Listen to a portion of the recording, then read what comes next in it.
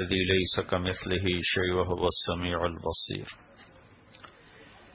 الحمد لله الذي خلقنا من ذكر وأنثى وجعلنا شعوبا وقبائل لنتعارف. الحمد لله الذي لا نحصي ثناء عليه وهو كما أثنى على نفسه. وأشهد أن لا إله إلا الله وحده لا شريك له وأشهد أن سيدنا ومولانا محمدا عبده ورسوله أرسله بالحق بشيرا ونذيرا وداعيا إلى الله بإذنه وسراجا منيرا صلى الله تعالى عليه وعلى آله وعلى أصحابه وبارك وسلم تسليما كثيرا كثيرا. أما بعد فأعوذ بالله من الشيطان الرجيم. بسم الله الرحمن الرحيم. من عمل صالحا من ذكر أو أنثى وهو مؤمن فلنحيينه حياة طيبة ولنجزينهم أجرهم بأحسن ما كانوا يعملون. وقال النبي صلى الله تعالى عليه وسلم الدنيا كلها متاع وخير متاعها المرأة الصالحة او كما قال صلی اللہ تعالی علیہ وسلم. بیٹھ جاؤ میرے دوستو. یہ برآمدے میں شور ہے بھائی. ادریس بھائی ایک سمپل سی بات ہے، دونوں دور کو بند کر دیا جائے. نہیں بند نہیں کرنا ہے، بند نہیں کرنا. آپ بیٹھ جاؤ شب.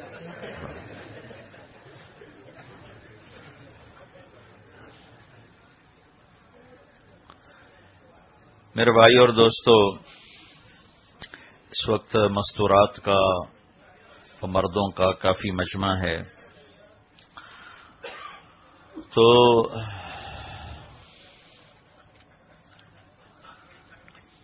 چند باتیں آپ کی خدمت میں عرض کرنی ہیں جن کا تعلق ہماری اس زندگی سے بھی ہے، آخرت سے بھی ہے.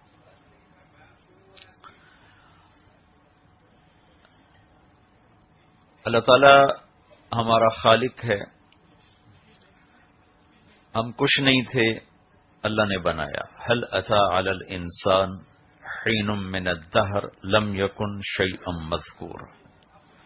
یقیناً ایک زمانہ میرے بندو تم پر ایسا تھا کہ تم کچھ بھی نہیں تھے، صرف اللہ تھا. باقی تو سب بنایا گیا ہے، کچھ پہلے کچھ بعد میں. بنانے والے نے اس کے اندر چند بنیادی خامیاں رکھی ہیں. ایک تو موت ہی ہے کہ یہاں رہنا نہیں، چلے جانا ہے.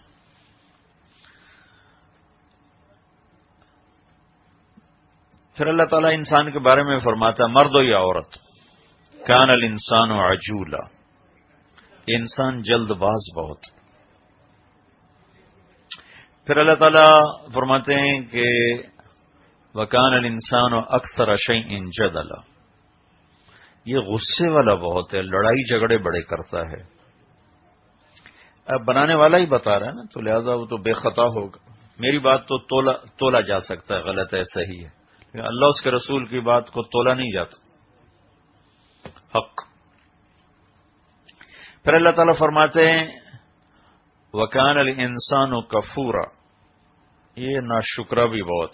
تھوڑا سا جھٹکا دے دوں تو پچھلے سارے احسان بھول جاتا.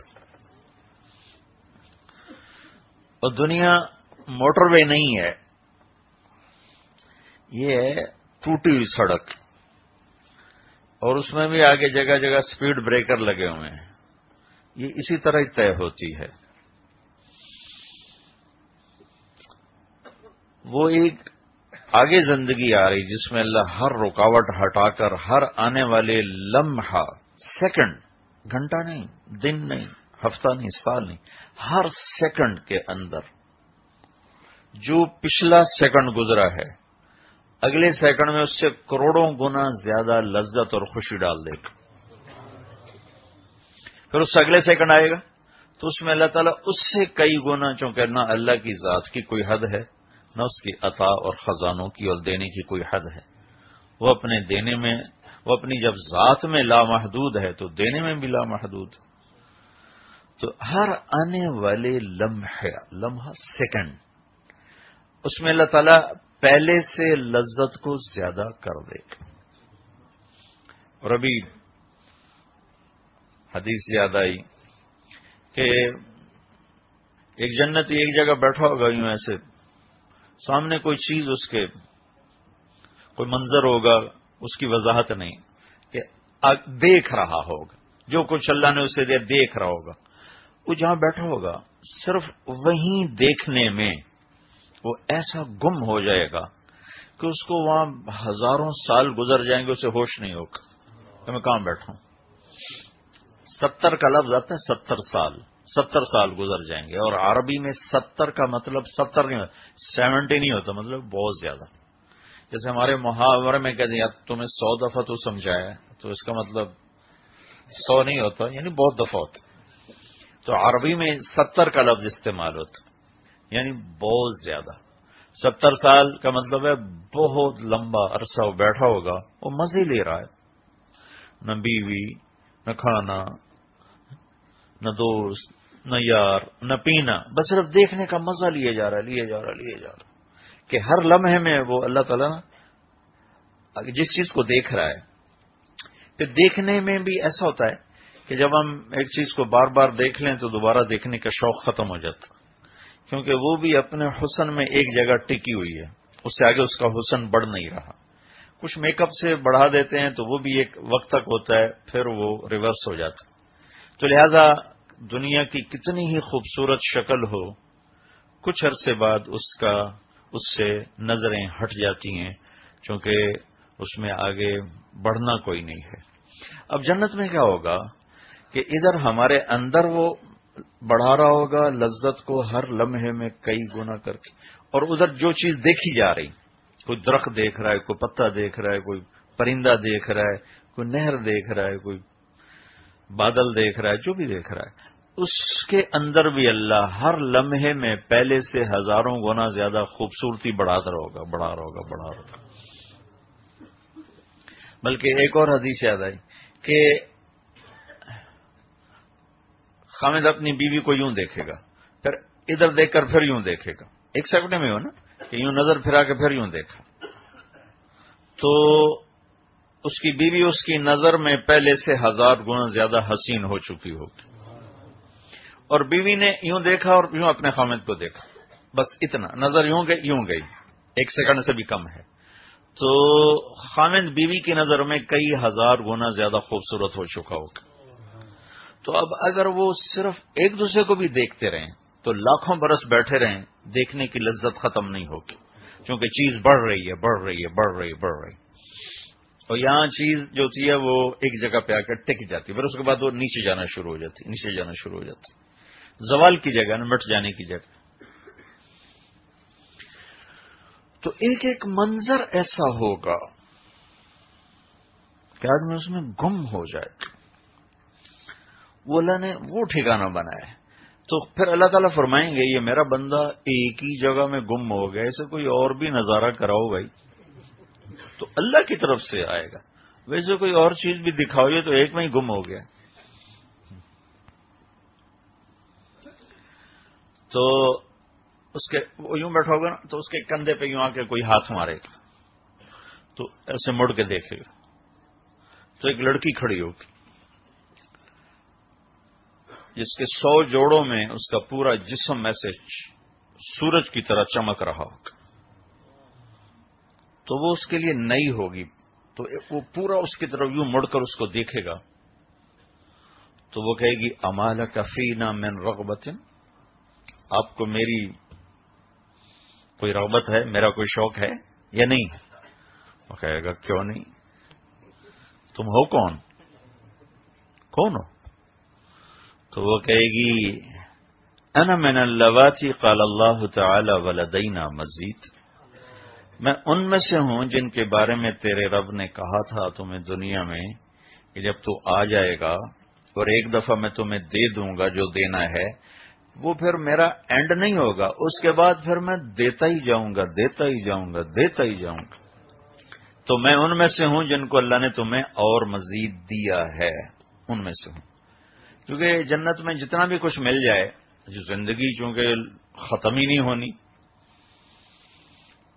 تو لہذا ضروری ہے کہ اس میں انسان کی راحت کو ہر لمحے بڑھایا جا رہا ہو، تو اللہ تعالیٰ دیتا جائے گا دیتا جائے گا دیتا جائے گا، نہ اس کے دینے میں کمی ہے نہ ان کے مانگنے والے، بل مانگنے والے ایک حدیث میں آتا ہے کہ اللہ تعالیٰ اپنے بندے بندیوں سے کہے گا آج مجھ سے مانگو، کیا مانگتے ہو؟ کہیں گے اللہ مانگنے کی چیز ہی کوئی نہیں، ہر شے سے تو نے دے دی، اب کیا مانگے؟ تو اللہ تعالیٰ کہیں گے نہیں، میں چاہتا ہوں میں آج اپنی شان کا عطا کروں، تمہارے عملوں کا نہیں، تو اپنی شان کا۔ تو کہیں گے راضی ہو جا، تو اللہ تعالیٰ فرمائیں گے راضی ہوں تو جنت میں بٹھایا، ورنہ لتر نہ ہوں دے جان دوزخ دے تو راضی ہوں تو یہاں بٹھایا، ورنہ جنت کے جوتے کھاتے۔ مانگو، تو پھر سارے مانگنا شروع کریں گے یہاں تک کہ ان کے سب سوال ختم ہو جائیں گے۔ تو اللہ تعالیٰ کہیں گے دیکھو میں نے تمہیں کہا میری شان کا مانگو، تو ابھی تم نے بہت تھوڑا مانگا، اور مانگو۔ پھر وہ اللہ سے مانگیں گے، مانگتے مانگتے مانگتے پھر اینڈ ہو جائے گا، کہیں گے یا اللہ بس۔ تو اللہ تعالیٰ پھر فرمائیں گے نہیں نہیں نہیں، ابھی میری شان کا نہیں شروع ہوا، میری شان کا مانگو۔ پھر وہ تیسری دفعہ بھائی تم نے کیا مانگا، تم نے کیا مانگا، ایک دوسرے سے پوچھ رہے ہیں۔ تو پھر زور لگا کے، اور دنیا میں ہمارا جو برین ہے یہ 5-6% کام کرتا ہے، باقی فالتو پڑا ہوا ہے، اور جنت میں اللہ سارا کھول دے گا، سارا کھول دے گا۔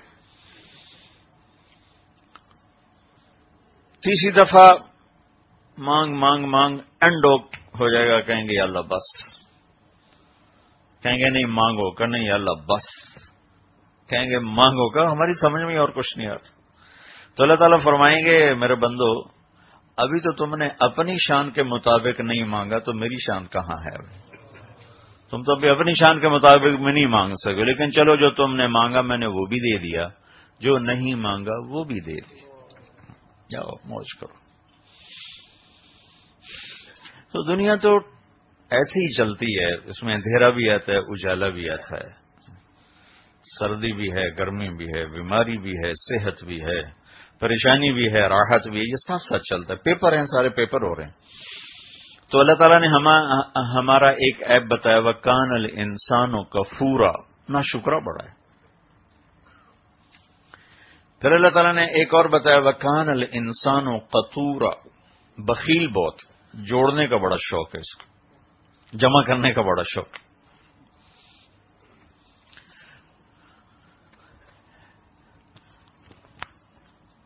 پھر اللہ تعالیٰ فرماتے ہیں خلق الانسان ضعیفا، کمزور بہت۔ تو اور بھی کافی سارے ہیں، لیکن یہ چند ایک میں نے صرف نمونے کے لیے آپ کو عرض کہ ان الانسان خلق ہلوعا، ہلو اذا مسہ الشر جزوعا واذا مسہ الخیر منوعا، ہلو جزوع منو کفور کنود قطور اور عجور، یہ ساری چیزیں اللہ تعالیٰ نے ہمیں بتلائیں کہ تمہارے اندر یہ فالٹ ہیں۔ یہ بتا کر اللہ نا ہمیں ایک بات سمجھانا چاہتے ہیں، کیونکہ ہمارا ساتھ شیطان بھی لگا ہوا ہے۔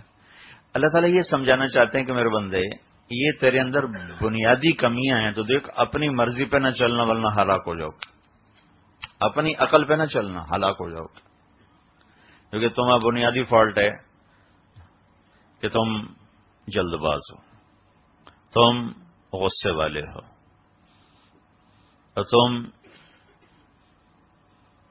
بخیل ہو، اور تم نا شکر ہو، اور تم ظالم ہو، ظلومن جہولا، تم ظالم ہو، تم جاہل ہو، تم بے صبر ہو، تم ناشکر ہو۔ تو جیسے آپ ڈاکٹر کے پاس جائیں نا تو وہ آپ کو بتا دے کہ آپ کی ٹیسٹ رپورٹ یہ ہے تو آپ پریشان ہو کر کہیں گے جی پھر اب مجھے علاج بتائیں میں کیا کروں۔ ایک دم آپ تیار ہو جاتے ہیں کہ اب یہ میرا علاج کریں، کہ مجھے کوئی طریقہ بتائیں میں کیسے نکلوں۔ وہ کہتا ہے یہ کھانا، یہ نہیں کھانا، یہ اس ٹائم کی دوا، یہ اس وقت کی دوا۔ تو اللہ تعالیٰ یہ سب کچھ ہمیں بتا کے عورتوں میں مردوں میں یہ چیزیں برابر ہیں۔ پھر کہا کہ اب تم ایسا کرو کہ جو میں کہوں وہ کر دو، یا ایھا الذین آمنوا آمنوا، جو میں کہوں وہ کر دو، جس سے روکوں اس سے رک جاؤ، جس کا کہوں اسے کر دو۔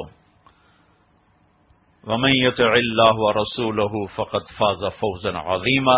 پھر میری طرف سے بشارت ہے کہ اگر تم نے میرے اور میرے رسول کو راضی کر لیا اور ان کے طریقوں پر زندگی گزار لی تو بس تم اس جہان دونوں میں کامیاب ہو. تو ایک بنیادی نقطہ اللہ تعالیٰ پتہ نہیں اور کیا کیا سمجھانا چاہتے ہیں جو اس وقت میرے ذہن میں ہے کہ اللہ ہمیں اپنے اوپر اعتماد سے ہٹا رہا ہے کہ اپنے علم پر نہ چلو، جو اللہ کی طرف سے علم آئے اس پر چلو. نظر کچھ اور دیکھتی ہے، آسمان والا کچھ اور کہتا ہے. میں نے 100 روپیہ سود پہ دیا، وہ مجھے 110 ہو کے واپس ملا، تو 100 پاؤنڈ پہ 10 پاؤنڈ مجھے اضافہ ملا، تو میرے پیسے 110 ہو گئے. ایک آدمی نے 100 میں سے 10 اللہ کے نام پہ دے دیا، اس کے 90 رہ گئے. دونوں اماؤنٹ سامنے رکھو تو یہ 90 پاؤنڈ ہے، یہ 110 پاؤنڈ ہے. اب میری نظر کہہ رہی یہ زیادہ وہ تھوڑا ہے، اور اللہ کی خبر کہہ رہی یمحق اللہ الربا ویربی الصدقات، میں سود کو مٹاتا ہوں، گھٹاتا ہوں اور صدقے کو بڑھاتا ہوں. اور اس کے ساتھ اللہ کے نبی کی خبر ما نقص مال امرئ من صدقہ، اللہ کے نام پہ خرچ کرنے والے کا پیسہ کبھی نہیں کم ہو سکتا. ثلاث اقسم علیہن، میں ان پہ قسم اٹھاتا ہوں یعنی ضمانت دیتا ہوں کہ جو اللہ کے نام پہ خرچ کرے گا اس کا مال کم نہیں ہو سکتا. تو اب مجھے نظر آیا ہے 110 زیادہ ہے، 90 تھوڑا ہے. میرے اللہ نے خبر دی ہے 90 زیادہ ہے، 110 تھوڑا ہے. تو یہ اللہ تعالیٰ ہمارا ذہن بنانا چاہتے ہیں کہ جو تیرا رب کہے اس پہ چل، جو اللہ کا علم ہے اس پہ چل، اپنے علم پہ نہ چل، جو اللہ کہے اس پہ چل. اور چونکہ پھر اللہ ڈائریکٹ تو آتا نہیں تو بیچ میں نبی کو لاتا ہے، وہ جو اللہ اور بندے کے درمیان واسطہ بنتے ہیں وہ انبیاء ہیں.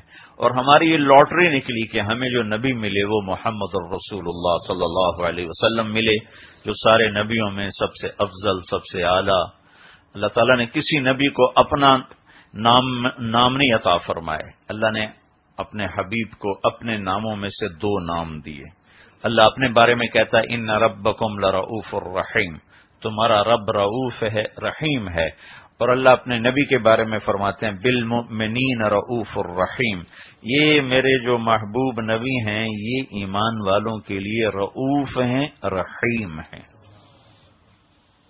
2 نام عطا فرمائے، رؤوف رحیم، رؤوف رحیم. اور اللہ تعالیٰ نے کسی نبی کی قسم نہیں اٹھائی، اپنے حبیب کی قسم اٹھائی، لعمرک، اے میرے محبوب تیری جان کی قسم. اللہ تعالیٰ نے کسی کے شہر کی قسم نہیں اٹھائی، آپ کے شہر کی قسم اٹھائی، وَهَذَا الْبَلَدِ الْأَمِينَ، اس شہر کی قسم. لا اقسم بهذا البلد وانت حل بهذا البلد، جس شہر میں آپ ہوں میں اس کی قسم نہ اٹھاؤں تو اور کیا کروں. میں اس کی قسم اٹھاؤں گا کہ آپ اس شہر میں موجود، آپ کی برکت سے وہ شہر بھی برکت والا ہے، تو میں اس کی قسم اس لیے اٹھا رہا ہوں کہ آپ اس میں موجود. کسی کی رسالت پہ قسم نہیں اٹھائی، آپ کی رسالت پہ قسم اٹھائی. یاسین والقرآن الحکیم انک لمن المرسلین، مجھے قسم ہے قرآن حکیم کی، آپ میرے رسول ہیں. تو اللہ نے ہماری لاٹری نہیں کھا لی، اللہ نے ہمیں اپنا نبی، اپنا حبیب دے دیا. جیسے مہربان شفیق ایک دفعہ حضرت عائشہ نے عرض کی یا رسول اللہ میرے لیے دعا تو کریں. حضرت عائشہ سب سے محبوب بیوی، سب سے زیادہ محبت جن سے تھی، اور جن کے سینے پہ سر رکھے ہوئے جان دی، اور جن کے حجرے میں ہی آپ کا ابدی قیامت تک کا آرام ہوا، وہ عائشہ. یا رسول اللہ میرے لیے دعا تو کریں. تو ہم نے کہا اللہم اغفر لعائشہ ما تقدم من ذنبها وما تأخر وما اسرت وما اعلنت. یا اللہ عائشہ کے اگلے پچھلے گناہ معاف فرما، اور جو چھپ کے کیے جو ظاہر کیے وہ سارے معاف فرما. تو عائشہ رضی اللہ تعالیٰ عنہ خوشی سے نا زمین پہ لیٹ گئیں. تو آپ نے کہا عائشہ بڑی خوش ہو رہی ہو؟ کہ کیوں نہ، اتنی بڑی دعا آپ نے مجھے دی انہا لدعوتی لامتی کل یوم، عائشہ یہ دعا میں اپنی امت کے لیے روزانہ مانگتا، تمہارے تو کہنے پر تمہیں دین، اپنی امت کے لیے میں روزانہ یہ دعا مانگتا ہوں، اور امت آنے والی قیامت تک کی نسل، اس کے لیے میں دعا روزانہ مانگتا ہوں۔ پھر آپ نے فرمایا اللہ نے ہر نبی کو ایک خاص دعا دی کہ یہ دعا کا تمہیں حق کا صالح مانگو، ہر نبی نے وہ دعا کا حق استعمال کر لیا اور ختم۔ اللہ نے مجھے بھی وہ دیا کہ میرے نبی مانگ، میں نے کہا نہیں یہاں نہیں مانگوں گا، آخرت میں جب تو جمع کرے گا نا میری امت کو تو میں وہاں ان کی سفارش کے لیے یہ دعا کروں گا۔ تو میں نے اپنی دعا کا حق محفوظ رکھا ہے، میں اپنی امت کے لیے استعمال کروں گا۔ اور جب جہنم کو لایا جائے گا تو ایک چیخ مارے گی، تصفر و زفرہ، ایک چیخ مارے گی، اس چیخ پر سارے انسان فرشتے زمین پر گریں گے اور ہر ایک کی زبان پہ ہوگا نفسی نفسی نفسی نفسی نفسی نفسی۔ ابراہیم علیہ السلام کہیں گے یا اللہ آج میں کسی کا سوال نہیں کرتا، بس میری جان بچا لے۔ عیسیٰ علیہ السلام کہیں گے یا اللہ میں اپنی ماں مریم کا بھی سوال نہیں کرتا، بس میری جان بچا لے۔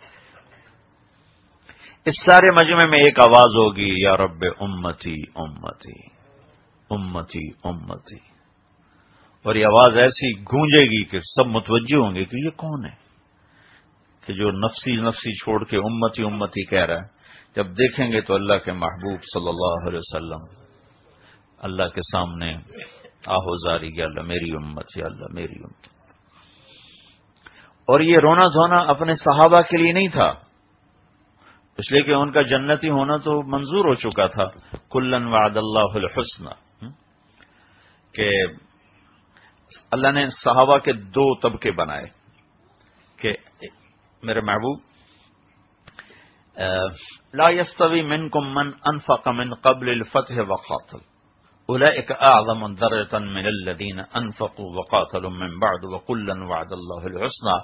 جو صلح حدیبیہ سے پہلے، جو فتح مکہ سے پہلے جو ایمان لائے وہ، اور جو بعد میں ایمان لائے وہ برابر نہیں ہیں، برابر نہیں، وہ بڑے درجے کے، یہ چھوٹے درجے کے ہیں، لیکن یہ میرا وعدہ آپ کے ساتھ، وَكُلًّا وَعَدَ اللَّهُ الْحُسْنَى، میرا وعدہ ہے میں سب کے لیے جنت کا وعدہ کرتا ہوں، سب جنت، صحابہ سارے جنت، ان کے سارے قصور اللہ نے معاف کر دیے، معاف کر دیے۔ تو اب آپ کا رونا کس لیے ہے؟ اب آپ کا رونا آنے والی نسلوں کے لیے کہ میری امت کا آگے کیا بنے گا جو آگے آ رہی، اس کے لیے آہوزاری تھی، رونا تھا۔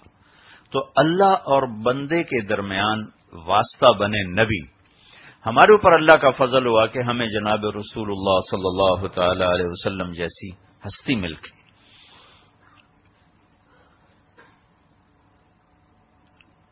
تو اوپر اللہ ہے، نیچے رسول ہے، تو یہ دونوں حضرات کا ہم سے مطالبہ ہے کہ اپنی عقل پہ نہ چلو، اپنے فیصلے خود نہ کرو، اللہ اس کے رسول کے حوالے کرو۔ یہ ایک بنیادی چیز ہے۔ اب اگلی چیز میں کیا کہنا چاہتا ہوں کہ اس وقت پوری دنیا کے مرد عورت اس پر متفق ہیں کہ جتنے زیادہ ہمارے پاس دولت ہوگی اتنے زیادہ ہم خوشحال ہوں گے، جتنے ہمارے پاس پیسے زیادہ ہوں گے، پاؤنڈ زیادہ ہوں گے، ڈالر زیادہ ہوں گے، اور ہماری پراپرٹی جتنی زیادہ ہوگی اتنی ہماری زندگی اچھی ہو جائے گی۔ یہ پوری دنیا کے انسان، مرد عورتوں کا یہ متفقہ فتویٰ ہے، سب نے یہ فتویٰ دے دیا کہ زندگی تو تبھی اچھی ہوگی جب پیسہ ہوگا، پیسہ نہیں ہے تو زندگی کیا ہے۔ جب یہ بنیاد بنی کہ پیسے ہی سے زندگی بنتی ہے تو اب راستے اس کے مطابق چلنے شروع ہو گئے کہ بھئی مرد کے کمانے سے پورا نہیں ہوتا، عورت بھی کمائے، پھر ساتھ بچے بھی کمائیں۔ اور مجھے گلاسگو میں پتہ نہیں یہاں بھی ہوں گے کچھ ایسے کہ سال کے 365 دن کوئی چھٹی نہیں، کام ہی کرنا ہے، کام ہی کرنا ہے۔ تو یہ کیا زندگی ہے بھائی؟ اس سے تو گدھا بہتر ہے جو کسی نہ کسی وقت تو جا کے رسے سے بندھ کے کھڑا ہو جاتا ہے۔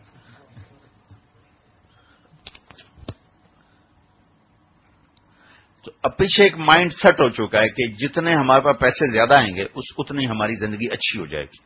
اب چونکہ صرف مرد کی کمائی سے پورا نہیں ہو رہا تو عورت بھی کمائے، پھر اس سے پورا نہیں ہو تو بچے بھی کمائیں.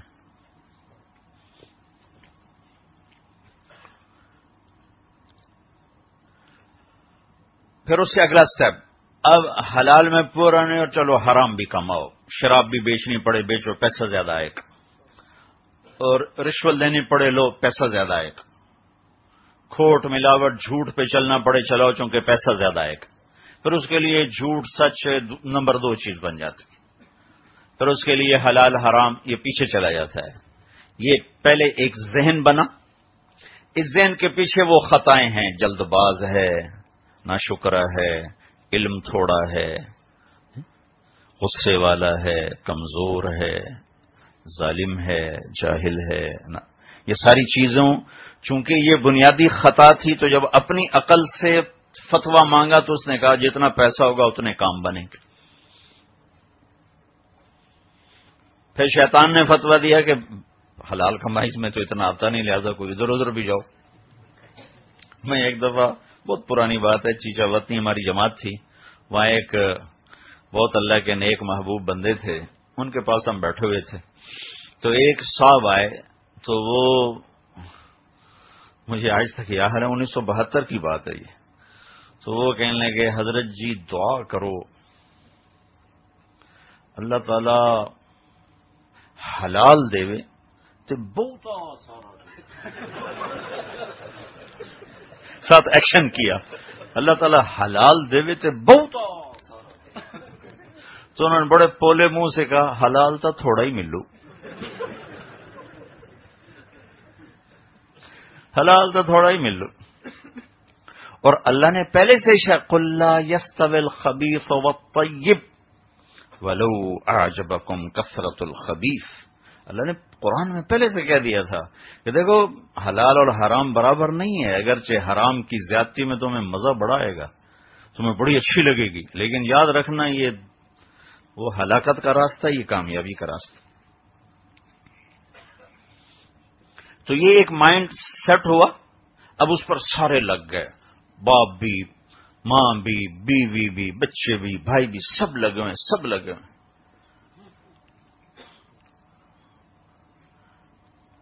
اس کے مقابل میں اللہ ایک ذہن دیتا ہے، جو میں نے آیت چھوٹی سی پڑھی تھی.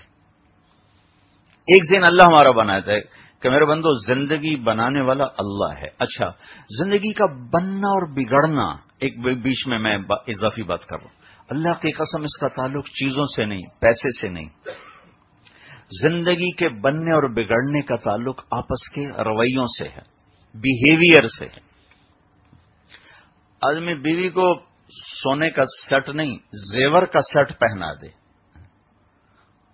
اور 2 بول کڑوے سنا دے تو کہے گی یہ کاش تو مجھے یہ ہیرے کا سیٹ نہ دیتا، یہ میٹھے 2 بول مجھے دے دیتا.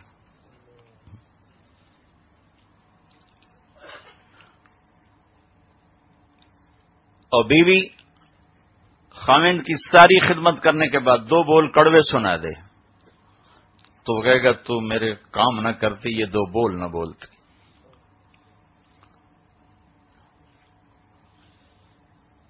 زندگی میں جو خوشی آتی ہے، خوشی جس کو کہتے ہیں بڑا خوشحال ہے. خوشحال بڑے گھر کو خوشحال نہیں کہتے، سونے چاندی کے زیورات کو اور بڑی گاڑیوں کو خوشحالی، یہ اندر کی کیفیت کا نام ہے. خوشی اندر کی کیفیت کا نام ہے. پریشانی، دکھ، غم، یہ اندر کی کیفیت ہے. اور ان کیفیات کا تعلق چیزوں سے نہیں ہے، ان کیفیات کا تعلق آپس کے بیہیویئر سے ہے.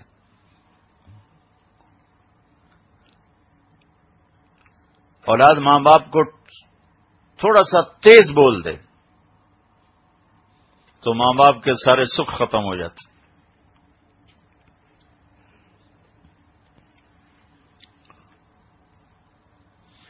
ایک دفعہ ہم حجاز میں تھے تو میری بیوی نے اپنے درمیانے بیٹے کو فون کیا تو وہ کہیں سویا ہوا تھا، تو اس نے ڈھیلا ڈھالا جواب دیا، نیند میں آدمی ایسا ہی ہوتا ہے.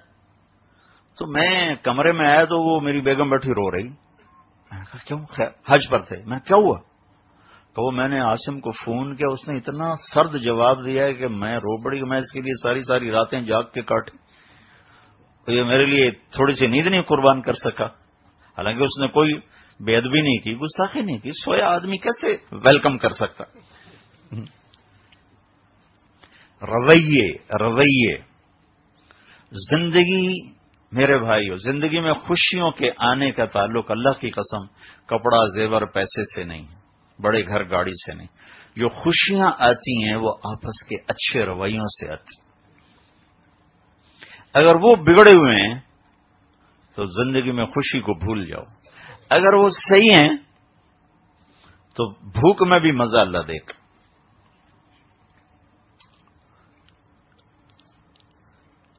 تو اللہ تعالیٰ نے ایک ہمیں بنیاد سمجھائی ہے. ایک بنیاد شیطان نے سمجھائی کہ پیسہ بناؤ، پیسے سے خوشی حاصل کرو، پیسے سے تم خوشحال ہو جاؤ. اور اللہ نے اس کا دوسرا ذہن دیا کہ نہیں، یہ اس سے نہیں ہوگا. خوشی اور غمی اللہ دل میں ڈالتا، وہ ایک کیفیت ہے. سعید بن جبیر جب ذبح کیے گئے تو خون نکلا بہت زیادہ، تو حجاج نے تو 1.25 لاکھ آدمی قتل کروائے تھے. تو وہ کہنے لگا میں نے تو ایسا کبھی نہیں دیکھا کہ اتنا خون نکلا، اس کا خون اتنا کیوں نکلا؟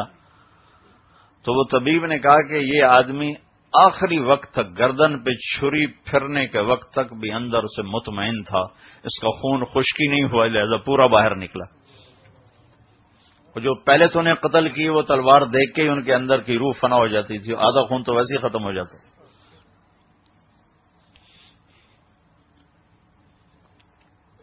تو ایک ذہن اللہ اس کے رسول نے دیا ہے کہ حلال پہ آ جاؤ، اطاعت پہ آ جاؤ. من عمل صالحا من ذکر او انثی، اپنی زندگی کو اگر خوشحال رکھنا ہے، اس جہان میں فلاح پانی ہے، تو اللہ نے ایک ترتیب زندگی بتائی ہے کہ اس کو فالو کرو. پھر رزق اوپر سے آتا ہے. محنت تو ایک سبب ہے، دینے والا اللہ ہے. کبھی زیادہ دیتا ہے، کبھی کم دیتا ہے، کبھی درمیانہ دیتا ہے، کبھی بہت زیادہ دیتا ہے، کبھی کچھ بھی نہیں دیتا. جن کو کچھ بھی نہیں دیتا اور ہیں وہ ایمان والے بھی ہیں اور اللہ سے ڈرنے والے بھی ہیں، ان کا کیس بڑا عجیب ہوگا آخرت. وہ ان کے بعد فرشتے جائیں گے حساب دو، وہ کہیں گے ان سے حساب لے جن کو دیا تھا، ہم سے کیا لیتا. وہ بڑے آگے کہیں گے ان سے لے جن کو دیا تھا، ہم سے کیا لیتا. تو فرشتے بھی بڑے پریشان ہو جائیں، کہیں گے یا اللہ کہ تیرے بندے بڑے سر پھرے ملے نا آج. کیا ہوا؟ وہ کہہ رہے تھے ان سے حساب لے جن کو دیا تھا، ہمیں دیا کیا تھا جس کا حساب لیتے. تو اللہ تعالیٰ کہے گا ان کو بلاؤ میرے پاس. تو ان کو وہ ترازو کے پاس بلایا جائے گا. تو اللہ تعالیٰ فرمائیں گے ہاں بھائی کیا مسئلہ ہے؟ کہیں گے یا اللہ یہ تیرے فرشتے حساب لینے آئے تھے تو ہم نے کہا تھا کہ ہمارے پاس تھا کیا جس کا حساب لیتے. یہ تو میں اپنی طرف سے کہہ رہا ہوں کہ ان سے لے جن کو دیا تھا. وہ کہیں گے ہمارے پاس ہے کیا جس کا حساب لینے آ گئے. تو وہ کہیں گے یا اللہ ہمارے پاس تھا کیا جس کا تو حساب لیتا ہی. ہم نے کہا تو اللہ تعالیٰ ان سے ایسے معذرت کریں گے جیسے ہم ایک دوسرے سے معذرت کرتے. وہ کہیں گے اما انی لم ازو عنکم الدنیا لہوان بکم علیہ. میرے بندو دیکھو بات یہ ہے کہ تمہیں دنیا سے دور اس لیے نہیں رکھا کہ تم میری نظروں میں چھوٹے تھے یا تم میری نظروں میں حقیر تھے، بل ادخر لکم من کرامتی لہذا اليوم، آج کے دن میں تمہیں اوروں سے زیادہ عزت دینا چاہتا تھا، اس لیے میں نے تمہیں تنگی میں رکھا پینڈل. تو جاؤ ان مالداروں کو حساب میں چھوڑ دو اور تم جاؤ جنت میں جہاں مرضی چلے جاؤ، تمہارے لیے جنت کھلی ہے.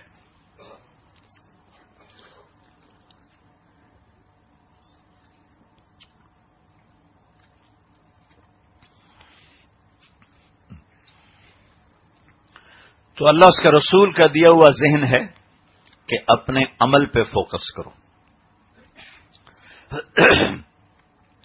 اب اس کی دو بڑی شاخیں ہیں، ایک کا تعلق اللہ کے ساتھ ہے، ایک کا تعلق بندوں کے ساتھ ہے. جس کا اللہ سے تعلق ہے اس کو عبادت کہتے ہیں. اس میں نماز سب سے اعلیٰ، ایمان کے بعد نماز سب سے اعلیٰ درجے کی چیز.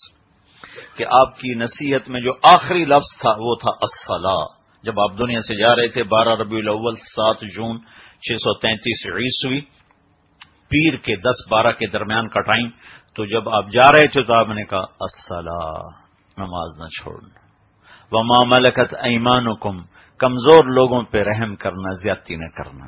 یہ 2 لفظ آپ دوہرا رہے تھے. اسی 2 کو میں بنیاد بنایا کرتا ہوں کہ ایک اللہ کا حق ہے نماز، ایک اللہ کے بندوں کا حق ہے اچھا سلوک، حسن سلوک. اس دونوں کو دہراتے دہراتے پھر آپ نے کہا الصلاۃ الصلاۃ الصلاۃ. آخر میں صرف نماز کو لے لیا، آواز کمزور ہو گئی، اور آخر میں کہا اللہم الرفیق الاعلی، اے اللہ اب تیرا ساتھ چاہتا ہوں، اپنے پاس بلا لے. تو زندگی میں خوشحالی لانے کے لیے 2 بڑی چیزیں ہیں. ایک اللہ سے تعلق، جس میں عبادت اور عبادت میں نماز، روزہ سال کے بعد 1 مہینہ، زکوٰۃ اور حج پیسے والوں پر، اور حج بھی پیسے والوں میں سے صحت مند پر، بیمار پر حج کوئی نہیں چاہے مالداری ہو. نماز ایک ایسی چیز ہے جو ہر مرد عورت اس میں سے گزرتا ہے، اور اللہ تعالیٰ نے اس کی 5 وقت حاضری طلب کی ہے اور کسی حال میں اس کو معاف نہیں کیا. اور ساری کائنات کی عبادت کو اس میں اللہ نے جمع کر دیا ہے. پوری دنیا کے درخت کی عبادت قیام ہے، ان کی نماز کھڑے ہونا ہے. سارے درخت کھڑے ہو کر اللہ کی تسبیح پڑھ رہے ہیں. 4 پاؤں پہ چلنے والوں کی جو نماز ہے وہ رکوع ہے، وہ سب رکوع میں اللہ کو یاد کر رہے ہیں. جن کے پاؤں نہیں زمین پہ رینگنے والے ہیں ان کی نماز سجدہ ہے، وہ سجدے میں اللہ کو یاد کر رہے ہیں. اور یہ جو پہاڑ ہیں، ٹیلے ہیں، ان کی نماز اتحیات ہے، جو سب اتحیات میں بیٹھے ہوئے اللہ تعالیٰ کو یاد کر رہے ہیں. پرندوں کی نماز اوپر سے نیچے، نیچے سے اوپر اڑنا، نیچے آنا اور اللہ کو یاد کرنا. تو اس میں قیام ہے، قیام کے بعد رکوع ہے، رکوع کے بعد سجدہ ہے، سجدے کے بعد پھر کھڑے ہونا ہے. تو نباتات، جمادات، حیوانات، سب کی نماز، سب کی بندگی کو اللہ نے نماز کی شکل میں ہمیں عطا فرما دیا ہے. اور ہمارے نبی کی مستقل عادت، کوئی پریشانی آتی تھی فوراً نماز پڑھتے تھے. اذا حزبہ امر فزع الی الصلاۃ، جو ہی کوئی تکلیف آتی تھی فوراً اپنا نماز کی طرف متوجہ ہوتے تھے. اور اللہ تعالیٰ نے بھی نماز کے لیے، جب معراج پہ ملاقات ہوئی تو اللہ تعالیٰ نے کتنی نمازیں دی؟ 50 نمازیں. پتہ ہے اللہ نے کہ نہیں پڑھیں گے، یہ تو 5 نہیں پڑھنی ہے، 50 کی تو پڑھیں گے. تو اللہ کو پتا ہے کہ یہ نہیں پڑھ سکیں گے، لیکن اللہ 50 دے رہا. 50 کیوں دے رہا؟ پہلے ہی 5 دے دے. نماز کی اہمیت بتانے کے لیے 50 نماز. اور اپنے اللہ کے نبی کا مقام تسلیم اور رضا، کہ جو اللہ کہے آمین وہ کیسا ہے. اللہ کے نبی کو بھی پتا ہے کہ 50 نمازیں نہیں پڑھی جا سکتی 24 گھنٹے میں، لیکن یہ نہیں کہا یا اللہ کم کر، کہا جی ٹھیک ہے حاضر، وہ چل پڑے. ہمارے نبی کا مان جانا، سر جھکا دینا، جس کو تسلیم و رضا کہتے، اس میں یہ شان نظر آتی ہے. اور ادھر اللہ کی طرف سے نماز کی عظمت اور اہمیت بتانے کے لیے یہ 50 کا عدد آتا ہے. جب آپ چل پڑے تو اللہ کا تو پتہ ہے میں نے 5 دینی ہے. تو میں نے یہ کہیں اس کتاب میں نہیں پڑھا، کسی کتاب میں نہیں پڑھا، ٹھیک بھی ہو سکتا ہے، غلط بھی ہو سکتا ہے. مجھے ویسے ذاتی خیال آتا ہے کہ اللہ تعالیٰ نے انتظار کیا ہوگا کہ میرا نبی کہے گا یا اللہ کچھ کم کر. انہوں نے کہا نہیں میں تو آمین کہوں گا، ٹھیک ہے. تو جب واپس ہو لیے تو پھر اللہ تعالیٰ نے کہیں موسیٰ علیہ السلام کو خود نہ کھڑا کیا ہوگا، روک میرا نبی 50 لے جانا. مجھے لگتا ہے، میں نے کہیں چونکہ پڑھا نہیں لیکن بات میرے دل کو لگتی میں کہہ دیتا ہوں. وہ کوئی ایسی مسئلہ بھی نہیں جس میں کوئی حلال حرام جائز ناجائز کا ہو، تو اس لیے کہنے میں حرج بھی کوئی نہیں. مجھے لگتا ہے کہ اللہ ہی نہیں کہا ہوگا موسیٰ کو کہ میرے حبیب کو واپس بھیجیے، تو 50 لے جانا. تو آگے موسیٰ علیہ السلام کھڑے ہوئے، کسی اور نبی سے جو اوروں سے بھی ملاقات، واپسی پہ پہلے ملاقاتیں ہو گئی تھی. پہلے آسمان پہ آدم علیہ السلام، دوسرے پہ یحییٰ علیہ السلام، زکریا علیہ السلام، عیسیٰ علیہ السلام، تیسرے پہ یوسف، چوتھے پہ ادریس، 5ویں پہ ہارون، 6ٹھے پہ موسیٰ اور 7ویں پہ ابراہیم علیہ الصلوۃ والسلام. تو چونکہ موسیٰ علیہ السلام کا انداز دنیا میں بھی بڑا تھا، لاڈ و پیار والا، اللہ تعالیٰ سے لاڈ کر لیا کرتے تھے، ضد کر لیا کرتے تھے. تو شاید اس لیے اللہ نے ان کو چنا کہ ذرا روک میرے نبی کو. مجھے نہیں پتا، غلط بھی ہو سکتا ہے، ٹھیک بھی ہو سکتا ہے. تو موسیٰ علیہ السلام نے کہا یا رسول اللہ کی ملاقات جو ہوئی کیا ہوا؟ تو آپ نے کہا الحمدللہ 50 نمازیں ملی. توبہ تو کون پڑھے گا یا رسول اللہ، واپس جاؤ مہربانی کرو. تو ان کو واپس بھیجا، چھٹے آسمان سے ساتواں سے سدرۃ المنتہا. پھر انہوں نے عرض کی یا اللہ کچھ کمی ہو جائے. تو اللہ تعالیٰ نے 45 کم کرنے کی بجائے 5 کم کی. اچھا میرا 5 کٹا دیتے. پھر واپس پھر آگے موسیٰ علیہ السلام کھڑے ہوئے. اب اللہ نے کھڑا کیا یا خود کھڑے ہوئے تو اللہ ہی جانتا ہے. تو یا رسول اللہ کیا ہوا؟ کہا 5 کم ہوئی ہیں. کہا نا بہت زیادہ ہیں. واپس 9 5 45 9 چکر لگوائے، آنا جانا. اگرچہ وہ ایک پل میں ہو رہا تھا لیکن سفر دیکھو، چھٹے سے ساتویں آسمان سے سدرۃ المنتہا. مسافت کے لحاظ سے تو وہ کروڑوں سال کی مسافت طے ہو رہی تھی لمحے میں. 9 چکر آنے جانا ایک، اور اگر آنا الگ چکر جانا الگ تو 18 دفعہ. اور 5 کی کمی ہو رہی ہے. یہ نماز کی عظمت بتانے کے لیے کہ آئندہ آنے والے زمانوں میں اللہ کو دیکھ رہے تھے کہ نماز چھوٹ جائے گی. جب 5 رہ گئیں تو پھر موسیٰ علیہ السلام کھڑے ہوئے. یا رسول اللہ کیا ہوا؟ کہا بھائی 5. کہا نہیں بہت زیادہ ہیں، واپس جائیں. کہنے کہ نہیں اب مجھے شرم آتی ہے تو 5 کم ہو رہی ہیں. اب گیا تو یہ 5 چلے گئی تو پھر میری امت کا کیا بنے گا؟ کہ نہیں مجھے شرم آتی، میں نہیں جاؤں گا. کہ یا رسول اللہ پھر دیکھ لیں، میری امت پہ 2 نمازیں فرض تھیں، انہوں نے کوئی نہیں پڑھی، تو یہ 5 کیسے پڑھیں گے؟ جیسے موسیٰ علیہ السلام نے سارے لندن کو پہلے دیکھ لیا تھا. یہ 5 کیسے پڑھیں گے؟ بنو اسرائیل پہ 2 نمازیں فرض تھی، فجر کی 2 رکعت، عصر کی 2 رکعت، اور وہ باجماعت نہیں تھی، اپنی اپنی. تو اللہ تعالیٰ نے 5 گھٹائیں. تو جب موسیٰ علیہ السلام کو اب پار کر گئے نے کہا نہیں میں نہیں اب واپس جاتا. تو پھر اللہ کی آواز ہے میرے محبوب تمہاری امت کے پڑھنے کی 5 اور میرا وعدہ وہی، میرا بول وہی، میں لکھوں گا 50. ہر نماز کو 10 گنا کر کے میں لکھ دوں گا. تو 5 پہ 50 لکھی جائیں گی روزانہ. ہر گھر میں کوئی بچہ بچی مرد عورت بے نمازی نہ ہو. جاب کا مسئلہ ہے تو اب تو یہاں وہ دور نہیں ہے کہ آپ کو کوئی نماز نہ پڑھنے دے. نماز کا اہتمام رکھو، چاہے اپنی شاپ ہے چاہے جاب ہے. نماز کے لیے مرد کوشش کرے، مسجد قریب ہے تو مسجد میں جا کے نماز پڑھے، مسجد دور ہے تو اپنی دکان میں نماز کا اہتمام کریں، انتظام کریں. یہ عبادات ہے. پھر اس کے ساتھ قرآن کی تلاوت. پھر اللہ تعالیٰ تہجد کی ہمت دے دے تو سردیوں میں تو آپ کے لیے تہجد پڑھنا بہت آسان ہے. لمبی راتیں سو کے آدمی تھک جاتا.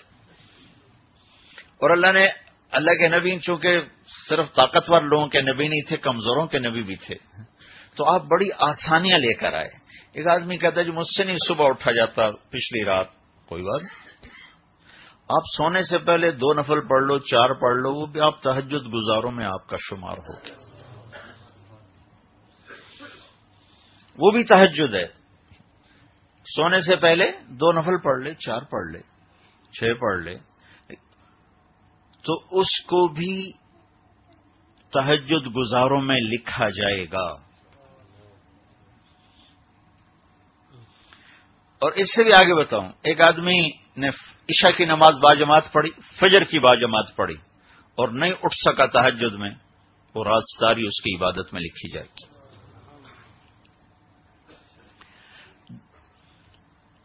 دوسرا زندگی کا جو جز ہے، جو اللہ کے بندوں سے معاملہ، جس کو حقوق العباد کہتے ہیں، اس کو اللہ کی ترتیب کے مطابق چلانا اور چلنا. یہ 2 کام اکٹھے ہوں گے تو زندگی خوشحال اور خوشنما بنے گی. یہ نہیں ہوں گے تو پیسے سے نہیں بنتے.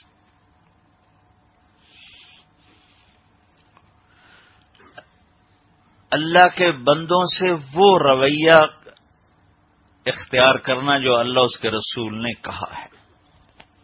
تو سب سے پہلے گھر چلتا ہے میاں بیوی سے. ایک جوڑا شادی شدہ ہے تو اللہ کے نبی نے فرمایا کہ بہترین مسلمان وہ ہے جو بیوی سے اچھا سلوک کرے. اور عورت کے بارے میں فرمایا کہ جو عورت 5 نمازیں پڑھے، مہینے کے روزے رکھے، اپنے خاوند کی اطاعت کرے اور بدکاری سے بچے تو جنت کے 8 دروازے اس کے لیے کھل جائیں گے.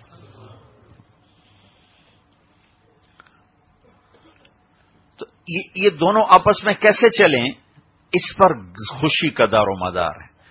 یہ دونوں آپس میں ان کا رویہ کیسا ہو، اس پر ان کی خوشی اور اس پر ان کے دکھ کا دار و مدار ہے.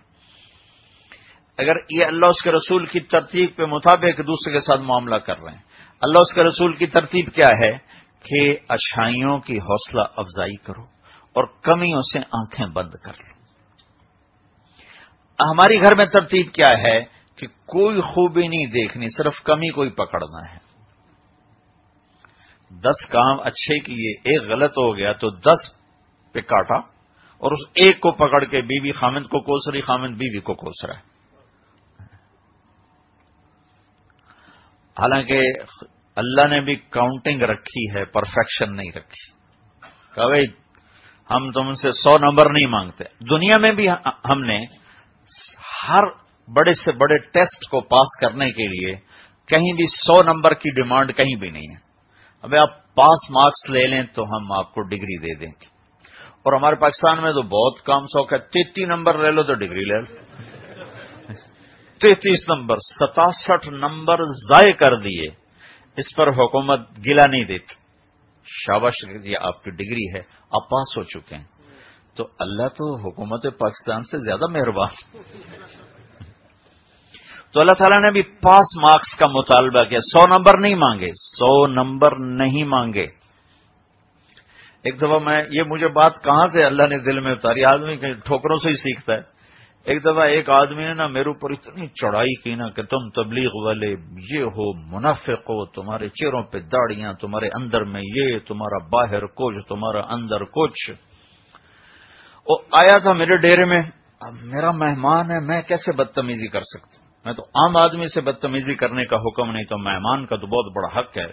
لہذا میں چپ کر کے سنتا رہا اور پسینہ پسینہ ہو گیا. میں سردی کا مہینہ، اتنی غلط زبان اس نے استعمال کی. تو جب وہ اس کا غصہ بالکل ختم، ٹھنڈا ٹھنڈا ہو گیا، تو اس وقت پہلی دفعہ یہ مضمون میری زبان پہ اللہ نے اس وقت جاری کیا. اس سے پہلے کبھی ادھر خیال ہی نہیں گیا تھا. اس نے جو رگڑا دیا تو اللہ نے ایک بات سمجھا. میں نے کہا میرے بھائی، یہ جو حکومت پاکستان ہے نا، یہ کوئی اتنی اچھی، کوئی مثالی حکومت نہیں ہے، لیکن یہ بھی اپنی رعایا کے لیے اتنی مہربان ہے کہ اس نے 33 نمبر لینے والے کو پاس کر دیا ہے اور 67 نمبر ضائع کرنے پر کوئی لان تان نہیں ہے. تو انشاءاللہ میں نے کہا میرا اللہ اس حکومت سے زیادہ مہربان ہے. ممکن ہے کوئی ایسے نمبر ہم لے جائیں کہ جس پہ اللہ پاس کر دے اور کمیوں سے درگزر کر دے. چونکہ جس اللہ نے ہم سے حساب لینا ہے، اس نے بھی یہ نہیں کہا 100 میں سے 100 لے رہا ہوں، مانگتا ہوں. اس نے کہا فمن ثقلت موازینہ، جس کی نیکیاں اس کے گناہوں سے زیادہ ہو گئیں، معاف. اور یہ ہمارے اپنے علاقے کا واقعہ. ایک ذمہ دار تھے بڑے، تو وہ گالیاں بہت دیتے تھے اور ذکر بھی بہت کرتے تھے. سبحان اللہ کے ساتھ ماں کی گالی، الحمدللہ کے ساتھ بہن کی گالی. ایک مثال ہے، بہت گالیاں اور ذکر بھی بہت زیادہ. ہر وقت تسبیح منکتے منکا ٹھا منک. جب ان کا انتقال ہوا تو کسی نے ان کو دیکھا تو ان سے پوچھا میاں صاحب آپ تو گالیاں بہت دیتے تھے، آپ کے ساتھ کیا بنی؟ باقاعدہ اس نے یہ سوال کیا. تو کہنے لگے کہ اللہ نے میری گالیاں اور میرا ذکر تولا تو میرا ذکر بڑھ گیا تو میری جان بچ گئی.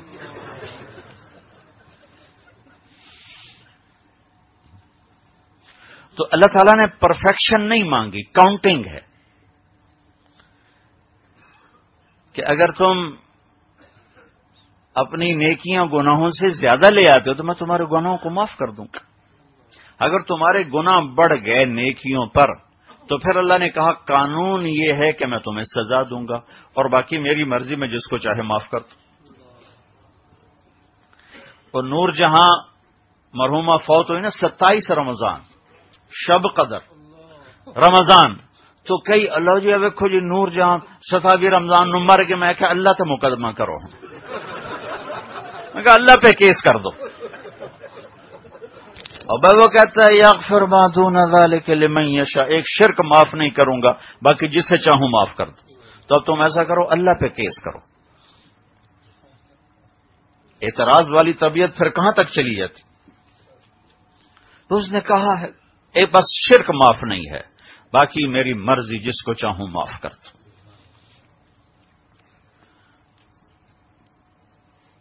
تو کبھی کسی کی کمی دیکھ کر اس کی حقارت دل میں نہ لانا. میرے نبی نے فرمایا بحسب امرئ من الشر ان یحقر اخاہ المسلم، کسی انسان کے برا ہونے کے لیے اتنا ہی کافی ہے کہ اوروں کو حقیر سمجھتا ہو، گھٹیا سمجھتا ہو. تو بھائیو گھر میں خوشحالی لانے کا پہلا زینہ یہ ہے کہ آپس کا معاملہ ٹھیک کرو. کمی ایسے ہو جیسے دیکھا ہی نہیں، اور خوبی ہو تو حوصلہ افزائی کرو. ایک پیر صاحب گئے اپنے مرید کے ہاں کھانا کھانے، تو ان کی بیگم نے کھانا بنایا تو پیر صاحب کو پسند آیا، تو انہوں نے کہا ذرا اپنی بیگم کو بلاؤ. تو آ گئی. کہا بیٹی تیرے ہاتھ کا کھانا کھایا بہت اچھا تھا، تو تیرا شکریہ ادا کر رہا ہوں. تو وہ زارو قطار رونے لگی. تو پیر صاحب بڑے حیران ہوئے کہ اس میں رونے والی کیا بات. تو انہوں نے کہا بیٹی اس میں رونے والی کیا بات ہے؟ کہا جی آپ کے مرید صاحب کے گھر مجھے 30 سال ہو گئے ہیں، اس نے ایک دفعہ کبھی مجھے شکریہ نہیں کہا کہ تو نے آج اچھا کھانا بنایا. کوئی نہ کوئی اے بھی کڑا لون گھٹتے آج مرچاں وا دن.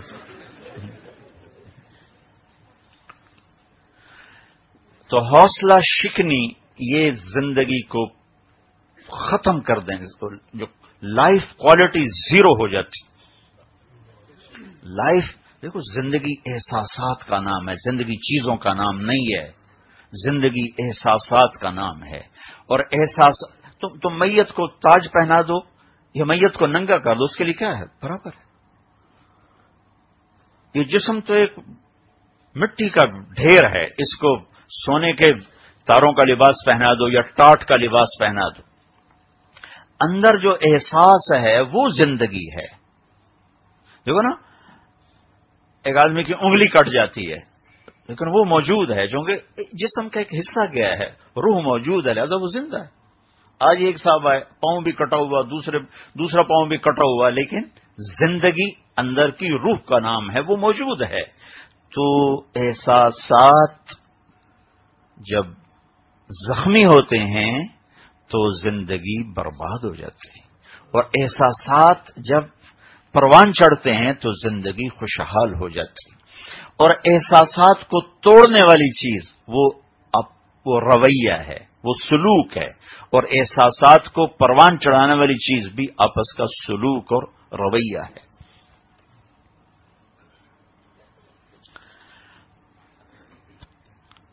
اللہ کے نبی گھر میں تشریف لائے، حضرت ام سلمہ کے گھر میں. کھانے کو کچھ نہیں تھا، اور خامد اللہ کے رسول جیسا، اور وہ آ کے کھانا پوچھے اور بیوی کہے کھانا کوئی نہیں، تو ان کے دل پہ کیا گزری ہوگی. تو اللہ کے نبی تشریف لاتے ہیں، پوچھتے ہیں ام سلمہ کچھ ہے کھانے کو؟ اب وہ انتہائی بے بسی کے عالم میں کہتے ہیں یا رسول اللہ کچھ نہیں، بس سرکہ پڑا ہے. سرکے کا آپ ایک چھوٹا سا ڈراپ رکھو زبان پر تو اندر تک اس کی کھٹاس چلی جاتی اور گلا چھل جاتا. اور میں تو ایک ڈراپ میری زبان پہ رکھو، ایک ہفتہ مجھے نزلہ میری جان نہیں چھوڑتا. کوئی کھانے کی چیز نہیں ہے. تو اب آپ نے دیکھا کہ ام سلمہ پر ندامت ہے. سبحان اللہ، واہ واہ۔ تو آپ نے کہا اچھا نعم الادام الخل، ہمیں کہا ام سلمہ سرکے جیسا تو سالن ہی کوئی نہیں۔ ہوئے ہوئے ہوئے ہوئے ہوئے، کیا کمال ہے۔ ان کو ایک دم اس احساس سے باہر نکالا کہ بلا سرکہ سالن بن سکتا، دو لقمے نہیں کھائے جا سکتے اس۔ اور میرے نبی نے کہا نعم الادام الخل۔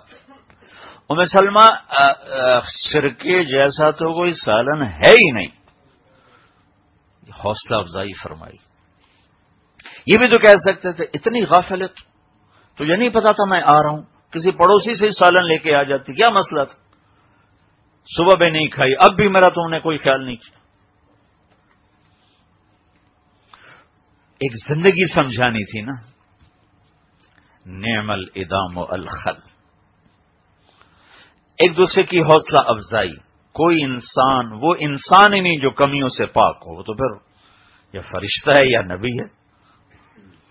تو انسان کمیوں کے ساتھ ہی چلتا ہے، اور جب تم کہتے ہو میں نے قبول کیا تو اس کو ساری کمیوں کے ساتھ تم قبول کر رہے ہو، اور جب لڑکی کہتی ہے میں نے قبول کیا تو وہ ساری کمیوں کے ساتھ اسے قبول کر رہی ہے۔ تو لہذا کمیوں کو ساتھ لے کے قبول کرنا، یعنی کہ کمیاں نکال کے نہیں، اس سمیت قبول کرنا ہے۔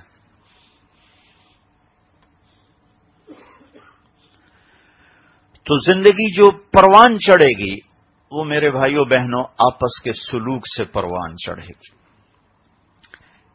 اور اگر گھر کی بنیاد کو مضبوط کرنا ہے تو ہمارے ہاں جب بنیاد تھوڑے تک گھر ہی ہوں نا لکڑ دے چل بھائی کھڑے کیتے تھے بن کے، ہمارے تو گھر بنتے ہیں تو پہلے بنیاد کھوتے ہیں، تو اس میں اتنا لوہا ڈالتے ہیں اتنا لوہا ڈالتے ہیں کہ پھر اس کو اوپر پریس کرتے ہیں، پریشر ڈالتے ہیں، تب جا کر عمارت کھڑی ہوتی ہے۔ اگر آپ اپنے گھر کو خوشحال دیکھنا چاہتے ہیں تو اپنے آپ کو بنیاد بنا لیں اور برداشت کرنا سیکھیں۔ جتنا آپ برداشت کرتے جائیں گے آپ نکھرتے جائیں گے، نکھرتے جائیں گے، نکھرتے جائیں گے، آپ اپنی ذات میں نکھرتے جائیں گے۔ ہمیشہ برداشت سے چیز بنتی ہے۔ جسم کو خوبصورتی بھی برداشت سے ملتی ہے۔ کیا ویٹ اٹھاتے ہیں اور مسل اس کو سہتا ہے تو ابھرنا شروع ہو جاتا ہے۔ ویٹ اٹھانے سے مسل بنتے ہیں کہ نہیں بنتے؟ کوئی کہ لو یا کیوں ویٹ اٹھائیں، ہمارے تو مسل دبا ہو جائیں گے۔ تم اٹھا کے دیکھو، نہیں کوئی وظیفہ دسو، وظیفے نہ لو لوگ جی کوئی وظیفہ بتاؤ جی گھر میں خوشی آ جائے۔ میں نے کہا وظیفوں سے خوشی آ سکتی ہے گھر میں؟ اپنے رویے ٹھیک کرو، اس سے گھر میں خوشی آئے گی۔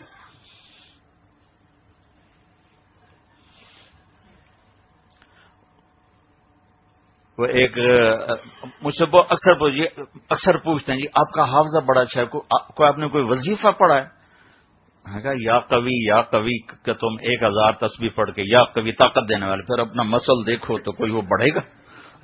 اور اللہ بندو ہر چیز کی ایک ترتیب، اس ترتیب سے وہ چیز ملتی ہے۔ تو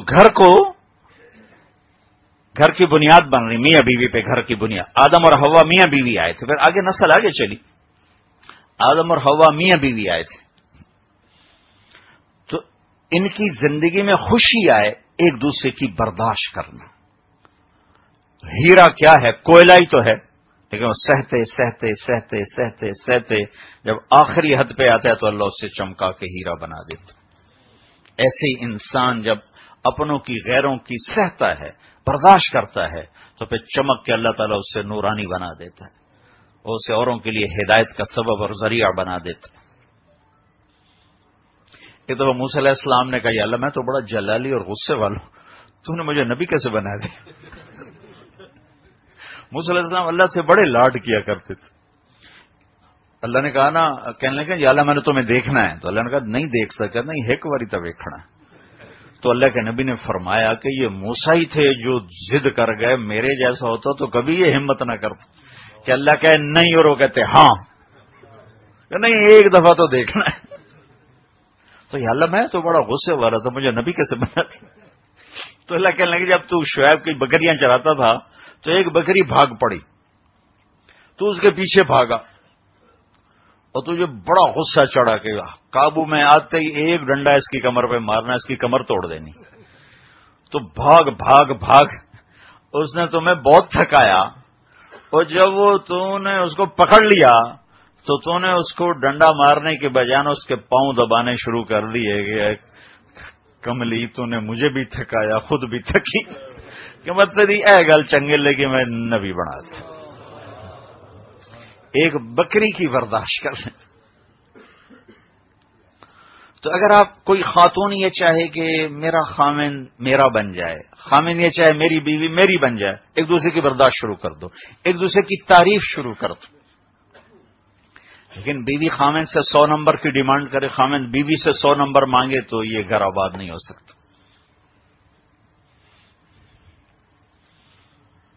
ایک دوسرے کو قبول کرنا ہے کمیوں کے ساتھ، کمیوں کے ساتھ قبول کیا ہے تو اس کو پھر نبھانا ہے۔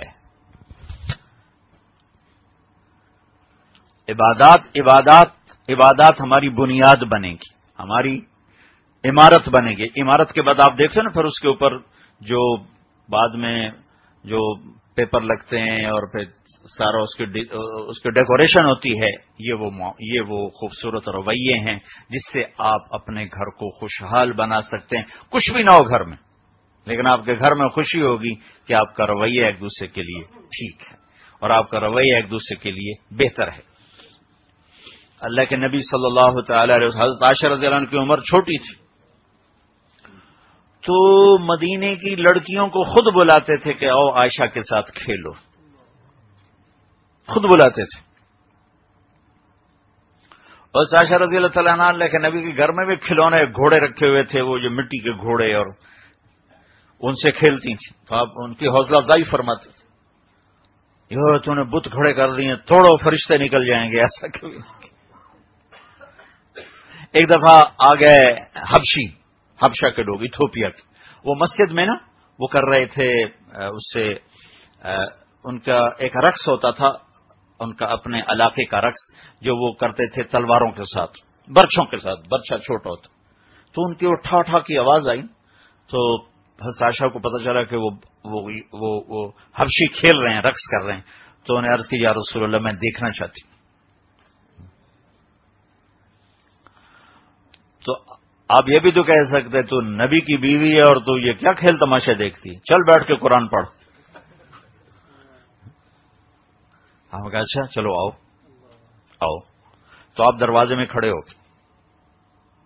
اور حضرت عائشہ کو پیچھے کھڑا کیا تو آپ کی اوٹ میں ہو کر لو دیکھو، اب دیکھ رہے ہیں کھڑے کھڑے کھڑے اللہ کے نبی تھک کے کبھی یوں ہو جاتے پھر کبھی یوں ہو جاتے، ایک پاؤں پہ کھڑے ہو کر پھر دوسرے پاؤں پر ایسے ہو جاتے، پھر کہنے کہ عائشہ بس نہ کریں کہ نہیں ابھی میرا دل نہیں پر رکھا، اچھا ٹھیک ہے، پھر کھڑے ہوئے ہیں، کبھی یوں ہو رہے ہیں، کبھی یوں ہو رہے ہیں، کبھی یوں ہو رہے ہیں، اور یہ کعبہ قوسین او ادنی ہے۔ اللہ کے بعد اگر کوئی ہستی ہے تو وہ محمد الرسول اللہ صلی اللہ علیہ وسلم، یہاں تک کہ حضرت عائشہ رضی اللہ تعالیٰ عنہ خود تھک کے پیچھے ہٹیں تو آپ واپس ہوئے، آپ نے نہیں کہا بس کرو، یہ رویے ہیں۔ 2 مہینے گھر میں چولہا نہیں جل رہا لیکن بیویاں خوش ہیں کہ خامند کا سلوک اچھا ہے، خامند کا رویہ اچھا ہے۔ اعلیٰ ترین چیزیں گھر میں بھر دیں لیکن آپس میں دونوں کے بول غلط ہوں، رویے غلط ہوں تو دونوں کی زندگی برباد ہو جائے گی۔ بیوی بار بار خامند کو ٹوکے، بار بار اس کی کمیوں کو چھیڑے تو زندگی کی لائف کوالٹی ختم ہو جائے گی۔ خامند بیوی کو بار بار ٹوکے، اس کی کمیوں پر اسے پکڑے اور تانے دے تو لائف کوالٹی ختم ہو جائے گی۔ ابھی میں آ رہا تھا تو ایک نوجوان ملا، کہا جی لوگوں میں محبوب بننے کا کوئی وظیفہ بتائیں۔ ہمارے ملک میں وظیفے پوچھنے کا بڑا رواج، کم کوئی نہیں کرنا، با کوئی وظیفہ دسو۔ حضرت عمر رضی اللہ تعالیٰ عنہ جمعہ پڑھا کے نکلے تو کچھ نوجوان ایک کونے میں بیٹھے تھے۔ آپ نے کہا کون لوگ ہو؟ کہا جی ہم یقین والے ہیں۔ کہا تمہاری ایسی تیسی، لاٹھی اٹھائی اور ان کی پٹائی شروع کر دی کہ تم یقین والے ہو؟ تم کہو گے کہ آسمان سے سیدھی روٹی تمہارے اوپر گرے؟ نکل جاؤ، اللہ تعالیٰ کہتا ہے نماز پڑھ کے جاؤ، میرا رزق تلاش کرو. آج کے بعد کوئی یہاں نظر آئے تو اس کی ٹھکائی کروں گا ایسے ہی.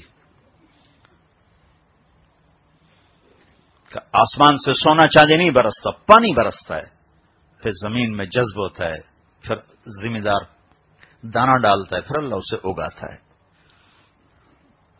کہا جی کوئی محبوب بننے کا وظیفہ بتاؤ. میں نے کہا وظیفہ کوئی نہیں، ایک چھوٹا سا عمل ہے کہ سب سے محبت کرو، وہ کسی کا بغض دل میں نہ رکھو،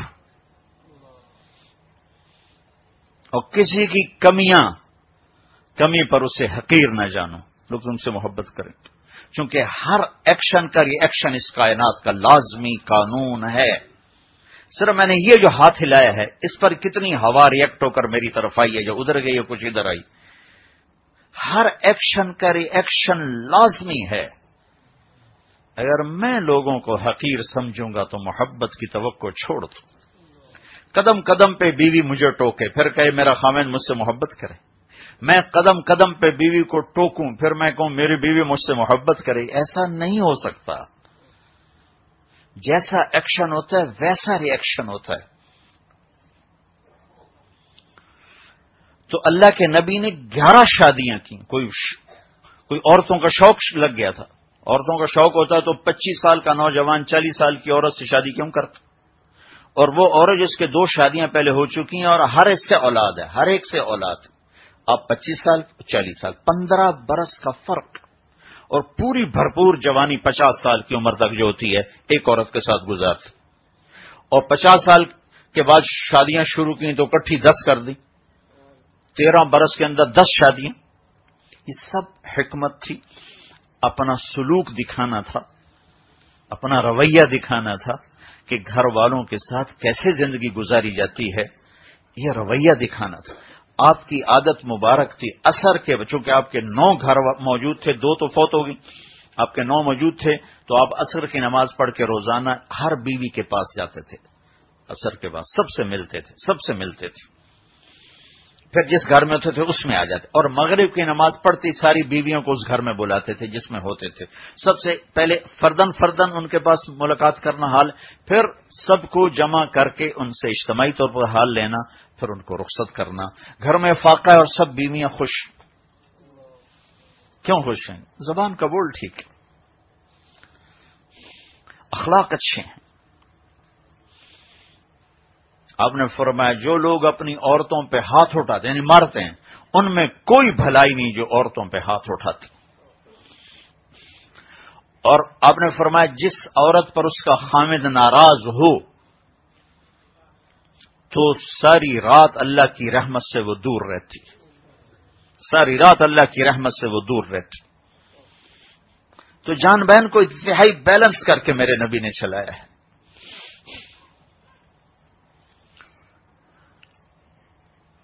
پھر یہاں بھی اب چونکہ تیسری چوتھی نسل آ گئی ہے تو ایک جوائنٹ فیملی سسٹم بنا ہوا ہے.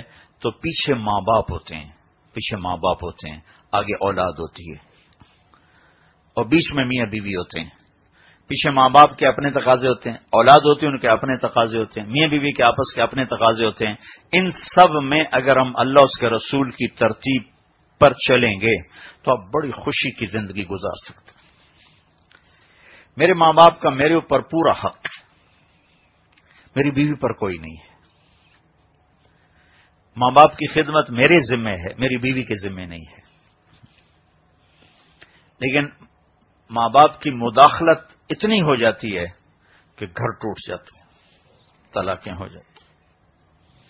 میں جس دن آ رہا تھا رات کو لاہور میں، تو 1 بجے فلائٹ 3 بجے فلائٹ تھی، تو سونا کیا تھا، تو میں جاگ رہا تھا تو ایک بچی کا فون آیا. وہ حج میں ہمارے ساتھ تھی، تو میں نے اس کو کہیں 1-2 دفعہ بیٹی کہہ دیا. کہ مولانا آپ نے مجھے بیٹی کہا تھا تو میں اپنا دکھڑا آپ کو سنانا چاہتی ہوں. میں کہا بتاؤ بیٹا. کہ میں اور میرا خامد آپس میں بہت محبت ہے، لیکن میرا سسر مجھ سے نفرت کرتا ہے. وہ کہتا ہے اس بے غیرت کو میرے گھر سے نکال دے. اتنا کہا کہ اب میرا خامد مجھے میرے ماں باپ کے گھر چھوڑ کے چلا گیا ہے، اور پتہ نہیں کب طلاق ہو جائے. آپ میرا گھر بچا لے. اتنا ماں باپ کا دخل یہ زندگیوں کو تباہ و برباد کر دیتا ہے. اللہ نے ہر ایک کو، دیکھو نا کتنی ٹریفک چل رہی، لیکن جب آپ لین میں چلتے ہیں تو کہیں ٹریفک پھنستی نہیں، آرام سے گزر جاتی. اور جہاں پاکستان میں ٹریفک اتنی کوئی نہیں، لیکن وہ آپس سے پھنس جاندے ہیں تو کھلوتے ہیں، ساری رات ٹپا دیں راہ نہیں دیں. تو ایسا ہی اگر فیملی میں ایسا ہونے لگے کہ میں اپنی لین چھوڑ کر بیٹے کی لین میں داخل ہو جاؤں، بہو کی لین میں داخل ہو جاؤں، تو میں ٹریفک جیم کر دوں. اگر میں اپنے راستے پر رہوں تو 10 بچے بھی ہوں تو گھر خوشحال ہوگا. اگر میں اپنے راستے سے ہٹوں گا تو میں ایک بچہ بھی ہوگا تو اس کی زندگی برباد کر دوں. ایک جگہ لاہور یونیورسٹی ہے، ایک UMT، میں نے وہاں بیان کیا تو اس کے بیان کے بعد ایک بچی کا پیغام آیا کہ آپ سے ملنا چاہتی ہوں. تو برابر والے کمرے میں وہ تھی تو میں وہاں چلا گیا تو وہ زاروں قطار رو رہی تھی. میں نے پوچھا کیا ہوا، کیوں رو رہی ہوں؟ کہا آپ بہت حقوق بیان کرتے ہیں اور اخلاق بیان کرتے ہیں، لیکن کبھی آپ نے متعلقہ لڑکیوں کے بارے میں تو کچھ بیان نہیں کیا. پہلی دفعہ مجھے اس بچی کے اس بول سے کرنٹ لگا کہ واقعی میں نے اس مضمون کو کبھی بیان نہیں کیا تھا. تو میں نے کہا تم طلاق یافتہ ہو؟ کہا جی ہاں مجھے طلاق ہوئی. بالکل جوان تھے. میں نے کہا کیا طلاق کی وجہ ہے؟ کہ کچھ بھی نہیں، میں اپنے سسر کو پسند نہیں آئی. ہم میاں بیوی بہت خوشحال تھے، لیکن میرا سسر کہتا ہے میں نے چنگی نہیں لگ دی، انو طلاق دے دے. تو آخر 3 سال کے بعد میرے خامن نے مجھے طلاق دے دی. تو پھر میں نے حدیث تو میں نے پڑھی تھی، بیان سے نکل گئی تھی، میں نے اس حدیث کو بیان کرنا شروع کیا کہ آپ نے فرمایا تمہیں بتاؤں سب سے اعلیٰ درجے کا صدقہ کیا ہے؟ سب سے اعلیٰ درجے کا صدقہ کیا ہے؟ تو صحابہ نے کہا جی کیا؟ کہ الابنۃ المردودہ، جس کی بچی کو طلاق ہو گئی اور وہ اجڑ کے گھر آ گئی، اس پہ خرچ کرنا سب سے اعلیٰ درجے کا صدقہ ہے. چونکہ ماں باپ بھی بوجھ سمجھتے ہیں، بھائی بھی بوجھ سمجھتے ہیں، تو جو اس پہ خرچ کرے گا، آپ نے فرمایا سب سے اعلیٰ درجے کا صدقہ اس بچی پہ خرچ کرنا. اور آپ کی شادیوں میں صرف حضرت عائشہ رضی اللہ تعالیٰ عنہا کنواری ہیں، باقی سب یا متعلقہ ہیں یا بیوہ ہیں، یا متعلقہ ہیں یا بیوہ ہیں.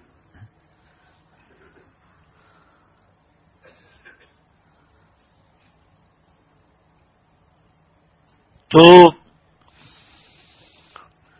میری ایک حد ہے، اس کے اندر میں ہوں تو میں سکھی، میرے ساتھ والے سکھی. اگر میں حد کراس کروں گا تو میں زندگی خراب کر دوں. ہمارے پڑوسی ذمہ دار ہیں حراج، دنیاوی لحاظ سے پڑھے لکھی قوم نہیں، ویسے ذمہ دار بڑے ہیں. تو میں ایک بچے کی گیا شادی میں، اس کا نکاح میں نے پڑھانا تھا، تو اس کے والد کی بات سن کر میں حیران ہو گیا. وہ کہنے لگا مولانا صاحب میری بیوی نے مجھ سے کہا کہ دیکھو ہم زندگی گزار چکے ہیں اور یہ نئی زندگی شروع کرنے والے ہیں، تو تم ایسا کرو اس کے لیے پہلے گھر الگ بناؤ، پھر اس کی شادی کرو اور اس کو وہاں اس بچی کی ڈولی لاؤ تاکہ ہم دونوں میاں بیوی ان کی زندگی کو خراب نہ کر بیٹھے. تو میں تو حیران ہی ہو گئی کہ ان پڑھ عورت نے یہ کہا. حالانکہ پہلے ساس سسر کا ذہن ہوتا ہے کہ ہن ساڈی خدمت واسطے ایک آ گئی، وہ پہلے ہی اس کو اپنی خادمہ بنا کے لاتے اور خامن سے زیادہ وہ حق جتلاتے. اور تقریباً 100% سسرال کے اخلاق ظالمانہ ہیں. 100 میں سے 100 گھر ظلم ہی ظلم ہے. کوئی لاکھوں گھر کٹھے کرو تو شاید کسی 2-4 گھروں میں ایسا ہوگا کہ جہاں بہو کو عزت دیں سسرال، ورنہ سوائے لان تان کے اور کچھ نہیں. دیندار بھی دیکھے دنیا دار بھی دیکھے. تو اللہ تعالیٰ نے میرے ماں باپ کا میرے اوپر حق رکھا ہے، میرے ذمے ہے، اور بے شک بہت بڑا حق رکھا ہے، لیکن یہ نہیں کہ وہ میرے گھر کو خراب کریں. تو ماں باپ کی وجہ سے بیوی پہ زیادتی نہ ہونے دو، بیوی کی وجہ سے ماں باپ پہ زیادتی نہ. یہ کیسز کم ہیں، وہ زیادہ ہیں. مجھے یہاں کی معاشرت کا نہیں پتا، پاکستان کی معاشرت بتا رہا ہوں کہ ماں باپ نے اپنے بچے کی زندگی کو تلخ کر دیا اپنے رویوں کی وجہ سے.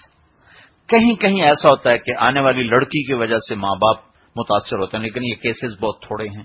یہ پہلے کیسز بہت زیادہ ہیں کہ سسرال ساس سسر خاص طور پہ، پھر اس کی بہنیں. ابھی حج میں، اس حج میں ایک بچہ بچی بالکل 22-23 سال کی عمر لڑکے کی ہوگی، 18-19 سال لڑکی کی، وہ حج میں میرے ساتھ تھے. میں جنید جمشید کے ساتھ میں حج کیا کرتا ہوں، تو وہ عرفات میں میرے ساتھ ماشاءاللہ بڑی خوبصورت اس کی داڑھی کا. جی میرا گھر بس میں نے اب ختم کر دینا ہے، میں اپنی بیوی سے تنگ آ گیا ہوں. میں نے کہا اچھا خیریت تو ہے؟ کہ بس جی وہ اس کے اخلاق اچھے نہیں ہوتے. میں کہا تم ایسا کرو، جب ہم حج سے فارغ ہو جائیں نا پھر تم مجھ سے ملنا، جب ہم مینا سے چلے جائیں گے مجھ سے آ کے ملنا. تو میں نے کہا اپنی بیوی کو ساتھ لے کے آنا. تو دونوں میاں بیوی میرے پاس آ گئے. تو میں نے کہا اچھا اب بتاؤ تو میں اس سے کیا شکایت. تو اس کو ذاتی ایک شکایت بھی نہیں تھی. جی میری ماں یہ کہتی ہے، میرا ابا یہ کہتا ہے، نہیں میری ماں کے ساتھ یہ کیا، میرے ابا کے ساتھ یہ کیا، میری بہنوں کے ساتھ یہ کیا. ایک چیز ایسی نہیں تھی کہ جو کہے کہ میرے ساتھ اس نے یہ کیا. اور اس بیچاری رو رو رو اس کا برا حال، جو کہ طلاق تک نوبت پہنچ چکی تھی. اللہ نے اس کے گھر کو آباد رکھنا تھا، مجھے اللہ نے ذریعہ بنایا. میں اگر بیچ میں نہ پڑتا تو اس نے جاتے اپنی بیوی کو طلاق دے دینی تھی. اور اسے 3 سال ہوئے شادی.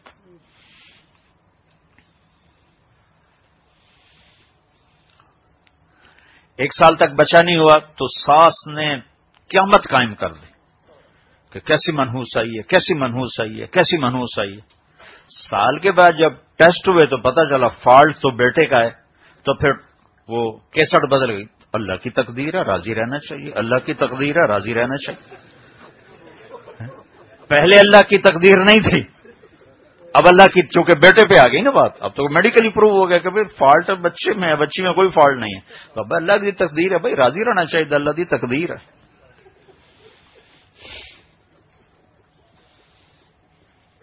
تو اگر اللہ نے ساس سسر بنایا ہے تو ایسے مت بنو کہ اب اپنی بہو کو اپنے تابع کرنا چاہو. ہماری ایک دھوبن تھی ماسی شریفہ، بیچاری فوت 1985 میں فوت ہوئی. وہ آئی میری بہن کے پاس، کہنے لگی بی بی میری یہ نو میرے نال بڑا لڑ دیا. تو میں نے کوئی تویز دے ساریاں میریاں غلام بن جانا. اور لڑتی خود تھی، بڑی زبردست. تو میری بہن کو تو پتا تھا کہ کیا چکر ہے. تو اس نے ایک تعویذ لکھا اور اس کو نا طے کرے گا کہ ماسی شریفہ جس لئے ہوں لڑائی ہوگا نا، یہ تعویذ تو اتنے دنداں دے وچ دے کے نا تنج کر کے بہ جاؤنا. اے تعویذ ڈگنا نہیں چاہیے، نہیں تو تیرا گھر اجڑ جائے گا. اور وہ چکر کیا تھا، اس کو چپ کرانا. لڑائی تو ساری یہاں سے چلتی. تو ایک ہفتے بعد آ گئے، کبھی بھی تو مینو ایو جہا تویز دیتا ہے، ساریاں لڑائیاں مک گئی ہیں. کیوں؟ جو ماسی آپ چپ ہو گئی. ماسی چپ تو لڑائی ختم. تو ماں باپ اگر اپنے بچوں کو سپورٹ کریں، ان کی حوصلہ افزائی کریں، کمیاں نہ پکڑے. میں ایک بچے کو اربوں پتی آدمی کا بیٹا، ماں باپ نے تانے دے دے دے دے دے طلاق دلوا کے چھوڑا. اور وہ ایسا ڈپریشن میں گیا ہے، جب 10 سال ہو گئے وہ 4-4 مہینے کمرے سے باہر نہیں نکلتا. دوسری شادی کی ہے، اب بڑے خوش ہیں.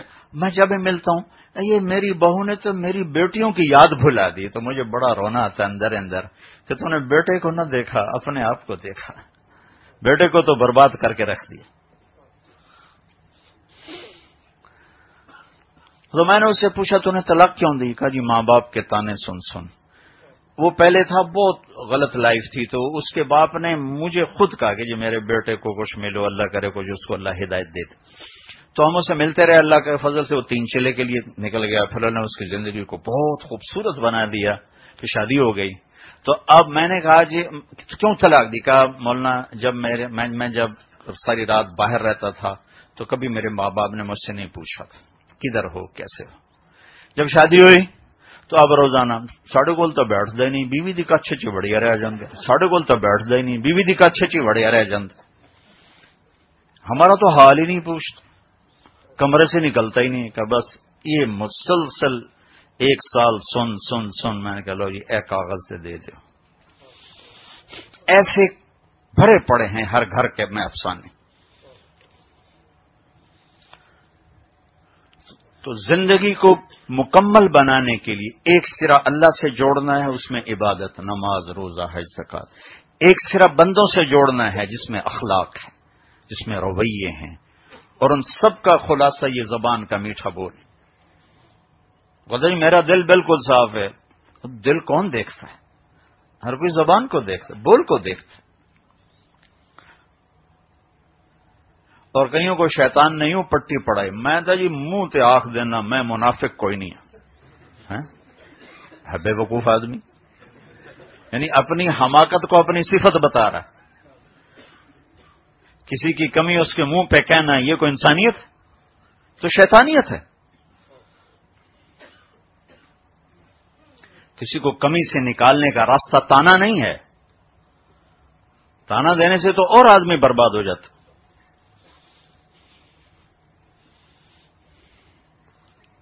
تو محبت دینا ہے، محبت دینا ہے، محبت دینا ہے.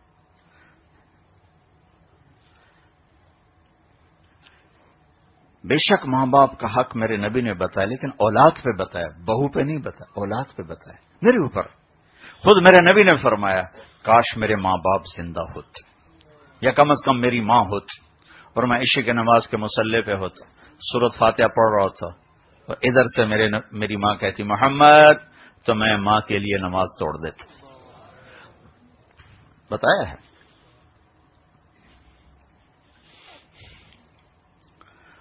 اور آپ نے فرمایا باپ تیرا جنت کا دروازہ ہے، چاہے تو توڑ دے چاہے تو کھول لے.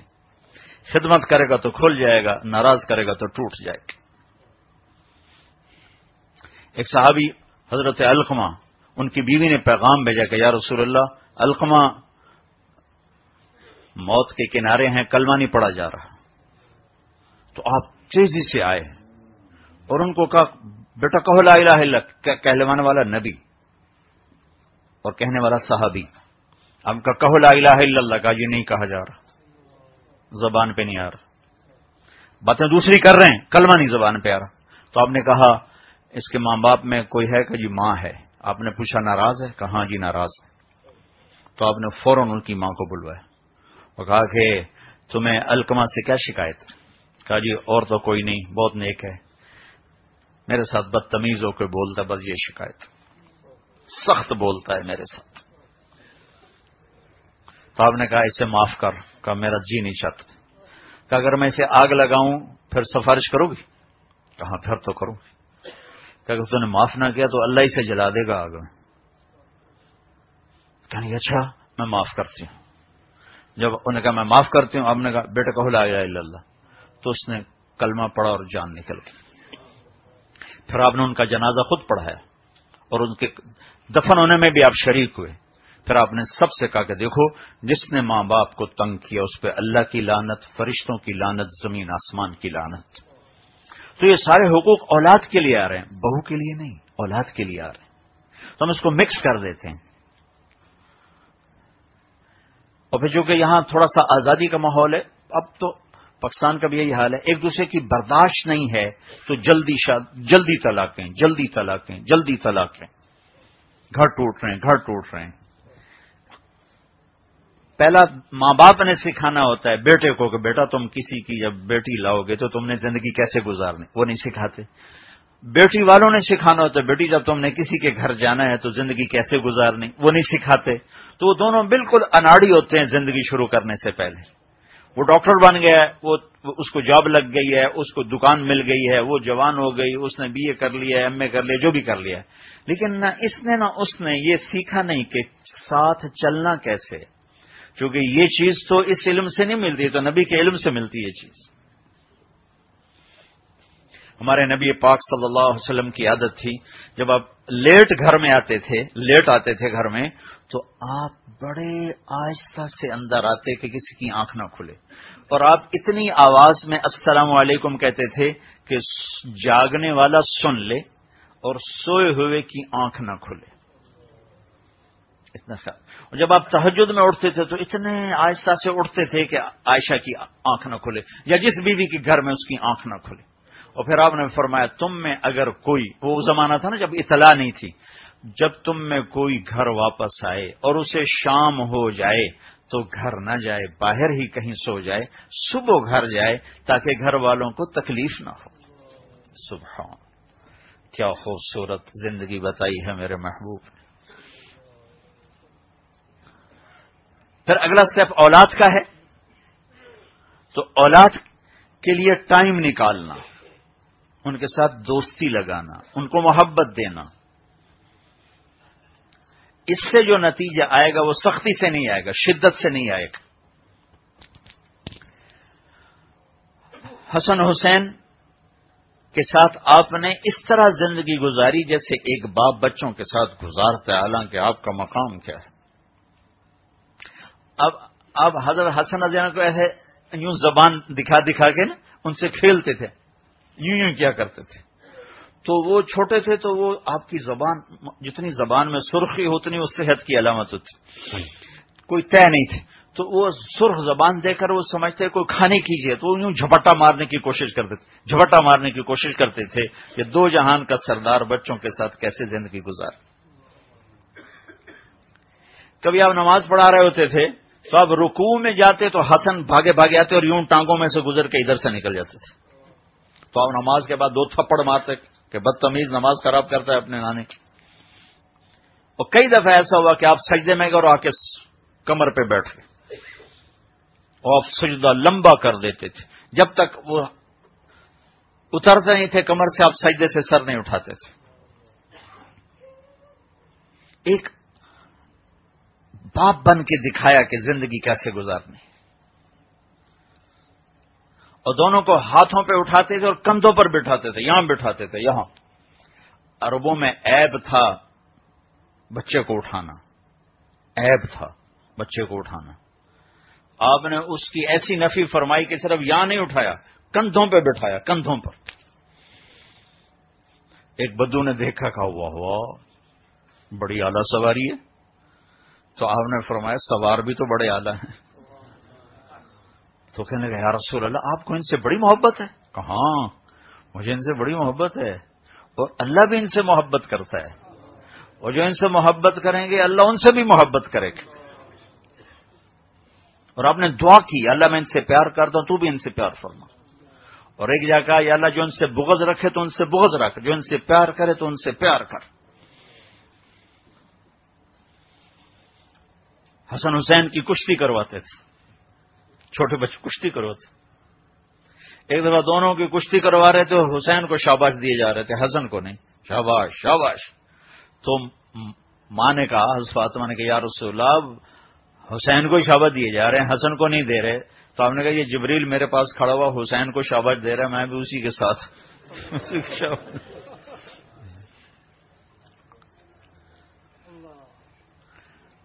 تو بھائیو زندگی کو خوشحال بنانے کا راستہ پیسہ نہیں ہے، زندگی کو خوشحال بنانے کا راستہ رویے ہیں، اچھے اخلاق، درگزر ہے، معاف کرنا ہے. ہر وقت ٹوکنا، ہر وقت ٹوکنا یہ نفرت کی ابتدا ہے، نفرت کی جڑ بیٹھ جائے گی. اگر بیوی خامند کو ٹوکے، خامند بیوی کو ٹوکے، میاں بیوی اولاد کو ٹوکیں، زندگی ختم ہو جائے گی. لائف کوالٹی بنانی ہے تو رویے ٹھیک کرو. اور سب رویوں کا خلاصہ آخر میں آخری بات بتاتا ہوں، وہ یہ زبان ہے، زبان کا بول میٹھا کر لو. میرے نبی نے حضرت معاذ بن جبل سے فرمایا معاذ تمہیں سارے دین کا خلاصہ بتاؤں؟ کہا جی کیا؟ تو آپ نے یوں کیا کہ یہ زبان، یہ کیا اسے قابو میں رکھ. تو کہنے لگے یا رسول اللہ زبان کے بول پہ پکڑ ہوگی؟ کہا واہ واہ، سب سے زیادہ جہنم میں زبان ہی دھکا دے گی. ایک میٹھا بول ساری دنیا کے شہد کٹھے کروں تو اس سے زیادہ مٹھاس ہے، اور ایک کڑوا بول ساری دنیا کا سمندر کی کڑواہٹ کٹھی کروں تو اس کی زیادہ ہے. ساری دنیا کا زہر وہ تباہی نہیں لاتا جتنا ایک زہریلا بول تباہی لاتا. ساری دنیا کا شہد وہ مٹھاس نہیں دیتا جتنا زبان کا ایک میٹھا بول مٹھاس دیتا. تو بھائیو، سرات بھی ہیں، آپ بھی ہیں، اور آپ لوگ ماشاءاللہ ایک فیملی بن چکے، آپ کی تیسری چوتھی نسل یہاں ہے. آپس کے رویے ٹھیک کرو. بازار میں کام کرتے ہو تو حلال کام کرو، حرام نہ کرو. جاب کرتے ہو، کاروبار کرتے ہو، جھوٹ نہ بولو، دھوکہ نہ دو، فراڈ نہ کرو. یہاں کی حکومتیں تم پر خرچ کرتی ہیں، ٹیکس نہ بچاؤ، ٹیکس میں چوری نہ کرو. ہمارے ملکوں میں چوری سے ہوتی ہے، کچھ نیتیں خراب ہیں، کچھ حکومتیں بھی خراب ہیں، وہ لگاتے ہی نہیں یا بہت تھوڑا لگاتے. لیکن یہاں تو ٹیکس چرانے کا کوئی جواز نہیں، یہاں تو آپ پہ لگایا جاتا ہے. پھر ایسے غلط پیپر بنا کے کوئی دو نمبری کام نہ کر جس سے تمہارا ضمیر تمہیں ملامت کرے، کل اللہ کی بارگاہ ملامت ہو. تمہیں قصہ سنوں، یاد آیا، احسان دانش کی کتاب ہے آپ بیتی ہے اس کی، تو اس میں واقعہ لکھا ہے کہ دلی میں ایک جیب کترا تھا، اس کی پوری ٹیم تھی جو شام کو آ کر اس کو کمائی دیتی تھی. تو ایک دن ایک اس کا چیلا 2 روپے لے کر آیا. یہ ہے جب انگریز کی حکومت تھی، جب برطانیہ کا راج تھا. تو اس کو ڈانٹا، کیا صرف 2 روپے، اتنے تھوڑے کیوں؟ کفساد جی آج بڑا مال کمایا تھا، دیکھو ایک انگریز کی جیب کاٹی تھی. لیکن جب میں 4 قدم چلا تو مجھے خیال آیا کہ اگر قیامت کے دن عیسیٰ علیہ السلام نے میرے نبی کو تانا دے دیا کہ آپ کے امتی نے میری امت کی جیب کاٹی، تو میں اپنے نبی کو کیا جواب دوں گا؟ تو میں شرم سے پانی پانی ہو گیا اور میں نے جا کر اس کو وہ واپس کر دیے، اور یہ اپنے کی جیب کاٹ کے لایا. تو گرو نے اس کو نا 10 روپے انعام دیا. پارٹیشن سے پہلی کی بات ہے، اس کو 10 کا یہ تیرا انعام ہے جو تو نے آج یہ کام کیا. تو تم اپنے نبی کے لیے کوئی تانا لینے والے نہ بن جاؤ کہ کل کو عیسیٰ علیہ السلام کہیں کہ آپ کے امتی کیا کرتے رہے میری امت کے ساتھ. تو کوئی 2 نمبری نہ کرو، یہ اخلاق اور رویوں کا حصہ ہے. اپنا ٹیکس کی چوری نہ کرو، چیٹنگ نہ کرو، کاغذات بنانے کے لیے کوئی غلط قدم نہ اٹھاؤ. یہاں کی لڑکیوں سے شادیاں کر لیتے ہیں کہ پیپر بن جائیں، پیپر بن جائیں. یہ ظلم اور ستم نہ کرو. کہ دین سے ہم کسی کو متنفر نہ کریں. اگر ہم کسی کو قریب نہیں کر سکتے، دور بھی نہ کریں.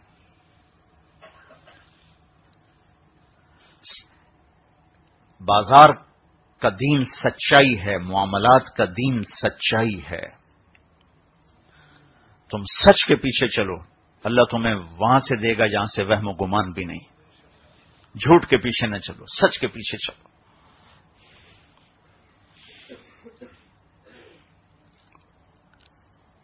یہ چند ایک چیزیں ہیں بس، ان کا اگر آپ خیال کرو گے تو زندگی بہت اعلیٰ ہو جائے. لیکن یہ تربیت سے نکل کر یہ چیز آتی ہے، ایسے نہیں آتی. میری 1.5 گھنٹے کی بات سے کیسے ہوگا؟ ویسے اللہ تو چاہے تو کر دے، اس کے لیے کیا مشکل. لیکن اسباب کی دنیا ہے، سیکھنا پڑتا ہے. میں نے پورا دین آپ کو 1.5 گھنٹے میں بتایا ہے. یہ تبلیغ اس کو سیکھنے کی محنت ہے. تو اس کے لیے وقت دیا کرو. ایک دفعہ 4 مہینے لگا لو، پھر ہر مہینے 40 دن لگاتے رہو. مہینے میں 1 ویکینڈ نکالتے رہو. اور یہاں قریب تمہارا مرکز ہے، جمعرات کو وہاں جایا کرو، بیان سنو، رات قیام کرو. نہیں کر سکتے واپس آ جاؤ. یہ تھوڑا سا ہے. اور 24 گھنٹے کی زندگی کی ترتیب میں نے بتا دی ہے. زبان کے رویے. اور ایک بات اور کہہ کے پھر ہم بات ختم کرتے. اپنے دل کو سب کے بغض سے صاف رکھو، کسی کی کمی دل میں نہ لاؤ. کوئی زیادتی کر جائے معاف کرو. دنیا میں کوئی ایسا انسان، کوئی عورت ایسی نہ ہو جو کسی عورت سے بولتی نہ ہو کہ میری تو اس سے لڑائی ہے، میں نے بات نہیں کرنی. کوئی شخص ایسا نہ ہو جو کسی سے بائیکاٹ ہو کہ میں نے اس سے بات نہیں کرنی، میرا اس سے قطع تعلق ہے. یہ نہ کرنا. کوئی تم سے کاٹے تو جوڑو، کاٹے جوڑو، کاٹے جوڑو. نہ خود کٹو نہ کسی کو کاٹو. تو یہ وہ عمل ہے جو تمہیں قیامت کے دن بغیر حساب کے جنت میں پہنچا دے گا. اپنے دل کو صاف رکھو. معاف کیا، معاف کیا. اللہ سے لیں گے، تم سے نہیں. اللہ سے لیں گے، تم سے نہیں. تو سارے بھائی نیت کرتے ہو؟ اب اس مہینے کے اندر یا اگلے مہینے کے اندر یا سال کے اینڈ تک، اب سال ختم ہونے والا ہے، جو بھائی 4 مہینے کے لیے نکل سکتے ہوں، چلے کے لیے نکل سکتے ہوں، ذرا کھڑے ہو کر اپنے ناموں کا اظہار فرما.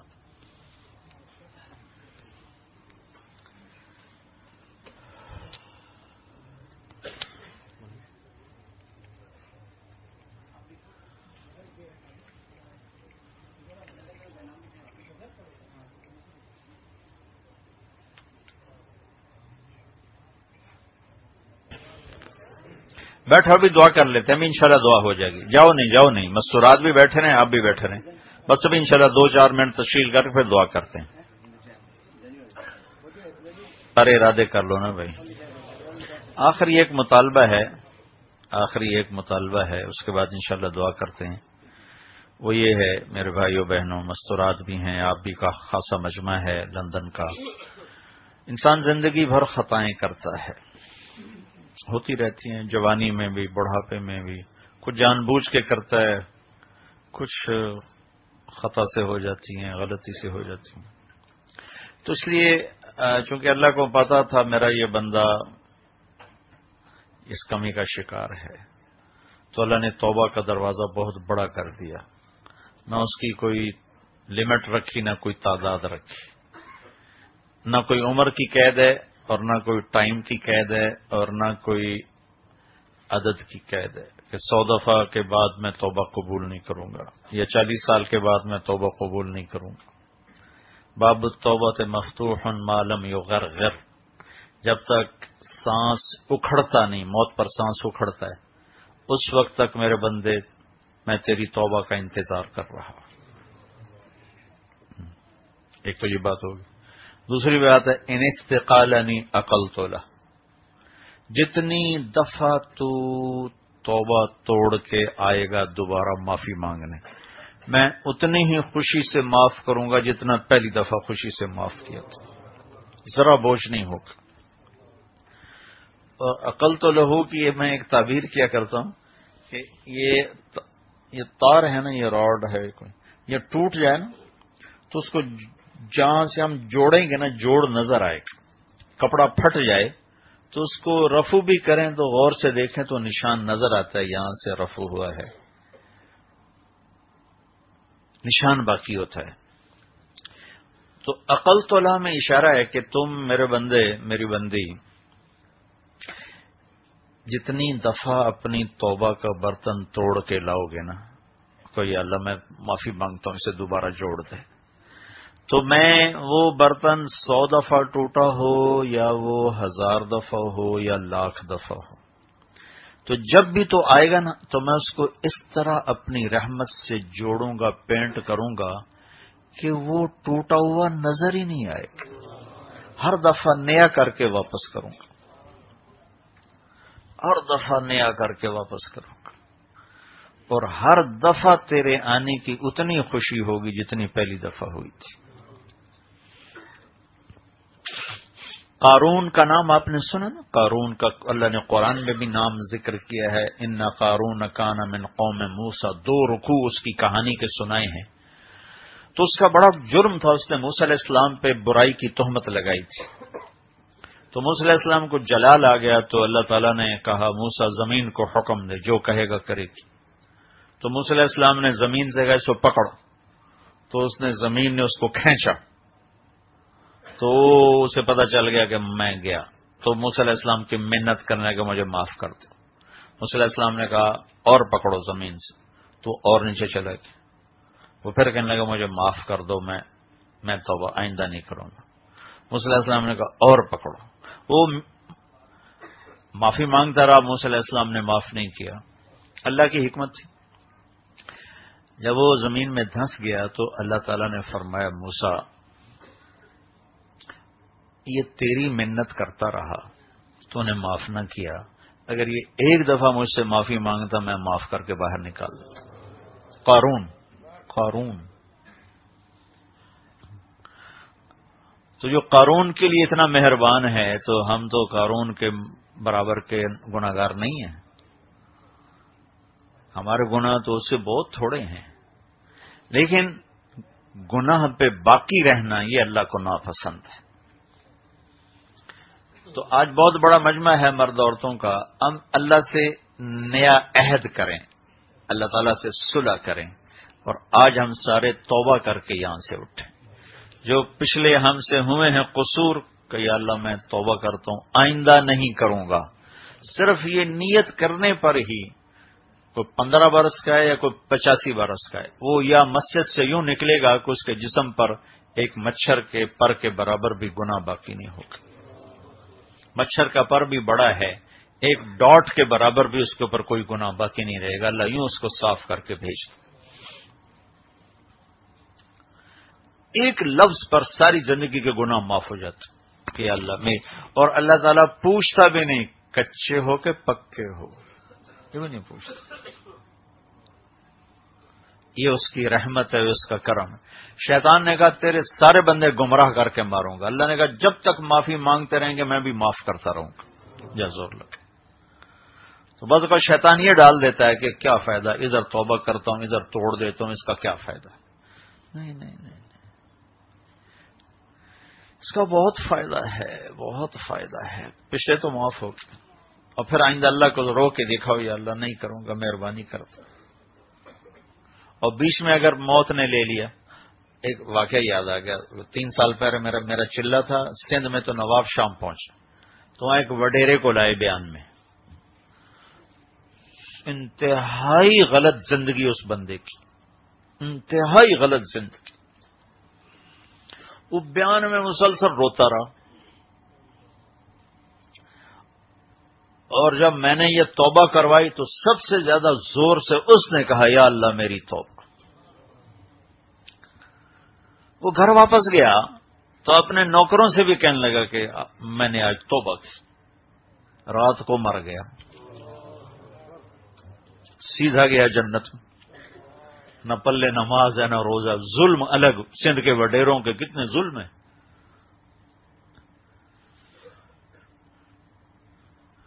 تو میں آپ سے بھی ان مستورات سے بھی یہ آخری گزارش کرتا ہوں کہ آج ہم مل کے اجتماعی توبہ کریں۔ کرتے ہو تو کہو یا اللہ میری توبہ، پھر کہو یا اللہ میری توبہ، پھر کہو یا اللہ میری توبہ۔ اگر بھائی بہنوں آپ نے یہ دل سے کہا ہے تو آپ کو مبارک ہو، آپ کے سب اللہ نے معاف کر دیا۔ آئندہ کبھی ہو جائے تو پھر معافی مانگ لینا، پھر معاف ہو جائے گا۔ درود شریف پڑھو۔ اللهم لك الحمد كما أنت أهله فصل على محمد كما أنت أهله وفعل بنا ما أنت أهله إنك أهل التقوى وأهل المغفرة۔ یا اللہ تو ہمیں اپنا بنا لے اور ہمارا بن جا۔ یا اللہ قدم قدم تیرے نافرمانیاں کی، تیرے حکم توڑے، تیرے نبی کے طریقوں کو توڑا، ہم تجھ سے معافی مانگتے ہیں، ہمیں معاف فرما دے۔ یا اللہ یہ جتنا مجمع تیرے بارگاہ میں ہاتھ اٹھائے ہوئے ہے، مردوں کا عورتوں کا، یا اللہ ہم سب کے اگلے پچھلے نئے پرانے صغیرہ کبیرہ گناہ معاف فرما دے، اور ہماری نسلوں کو بھی معاف فرما دے۔ اور یا اللہ یہ تیرے محبوب کی امت کا مجمع ہے، ان کے نسلوں کی، ان کے ایمان کی، اخلاق کی، دنیا کی، ہر چیز کی حفاظت فرما۔ انہیں معاشرے میں بہترین انسان بنا کے چلا۔ یا اللہ ان کے خاندان مثالی خاندان بنا دے، ان کے گھرانے مثالی گھرانے بنا دے، ان کی اولادوں کو دین کا پرچم اٹھانے والا بنا دے، دین کے مطابق چلنے والا بنا دے۔ جو یہاں زیر زمین چلے گئے ایمان کے ساتھ اور قبروں میں ہیں، ان کی قبروں کو نور سے روشن فرما دے۔ اور یا اللہ جب ہمارے جانے کا وقت آئے تو ایمان پر ہمارا خاتمہ فرما، اور ایمان کی زندگی کے ساتھ ہمیں دنیا سے رخصت فرما۔ یا اللہ ہمیں موذی امراض سے بچا، مہلک امراض سے بچا، دکھ درد والی زندگی سے بچا، تنگ دستی والی زندگی سے بچا۔ ہمیں یا اللہ ایمان کی کشادگی بھی عطا فرما، اور مال کی کشادگی بھی عطا فرما۔ یا اللہ ہمارے جسم کو بیماریوں سے محفوظ فرما، مختلف قسم کے دردوں سے محفوظ فرما، سر سے لے کر پاؤں تک ہر عضو کو سلامت فرما۔ یا اللہ ہمارے سر کو، آنکھوں کو، کانوں کو، بالوں کو، جسم کو، ناخن تک کو، ہڈیوں کو، یا اللہ پٹھوں کو، ہر چیز کو ہر قسم کی آفات سے محفوظ فرما۔ یا اللہ کسی کا محتاج بنائے بغیر واپسی مقدر فرما، کسی کا محتاج بنائے بغیر ہماری واپسی مقدر فرما۔ اور یا اللہ اپنے فضل و کرم سے پوری دنیا کے انسانوں کو ایمان کی دولت نصیب فرما، اور پوری دنیا کے آخری کنارے تک اپنا پیغام پہنچانے والا ہمیں بنا۔ یہ جتنا مجمع آیا ہے ان کے دل میں جتنی تمنائیں ہیں یا اللہ تو بہتر جانتا ہے، سمجھتا ہے، زبان سے کہیں یا نہ کہیں تیرا جاننا ہی کافی ہے۔ اور یا اللہ اندر کی کیفیت ہی سوال اور دعا ہے۔ اس سب مجمع کی، مردوں کی، عورتوں کی اندر میں جو دبی ہوئی چھپی ہوئی فریادیں ہیں، تمنائیں ہیں، اور تیری بارگاہ میں وہ نافرمانیاں نہیں ہیں، تو اپنے فضل سے انہیں قبول فرما، قبول فرما، قبول فرما۔ اس مسجد کو مکمل فرما، اس کی تعمیر کو مکمل فرما، اس کی ضروریات کو غیب سے پورا فرما۔ یہ جتنے بھی بڑی بنے اسے نمازیوں کے ساتھ بھر دے، اور یا اللہ سارے برطانیہ کی مساجد کو نمازیوں سے آباد فرما۔ یہاں جتنے لوگ آباد ہیں ان کے آپس میں اچھے سلوک پیدا فرما، ان میں محبتیں پیدا فرما، ان کی آپس کی عداوتیں، نفرتیں ختم فرما، جھوٹ کو، خیانت کو، بددیانتی کو ختم فرما، سچائی کو، صدق کو، امانت کو زندہ فرما۔ میاں بیوی میں آپس میں الفت محبت پیدا فرما، اولاد ماں باپ میں آپس میں الفت محبت پیدا فرما، پڑوسیوں کے ساتھ حسن سلوک کرنے والا بنا، اپنے اور پرائے کا درد دل میں رکھنے والا بنا۔ یا اللہ ربنا آتنا فی الدنیا حسنہ وفی الآخرۃ حسنۃ وقنا عذاب النار، وصلی اللہ تعالی النبی الکریم، آمین۔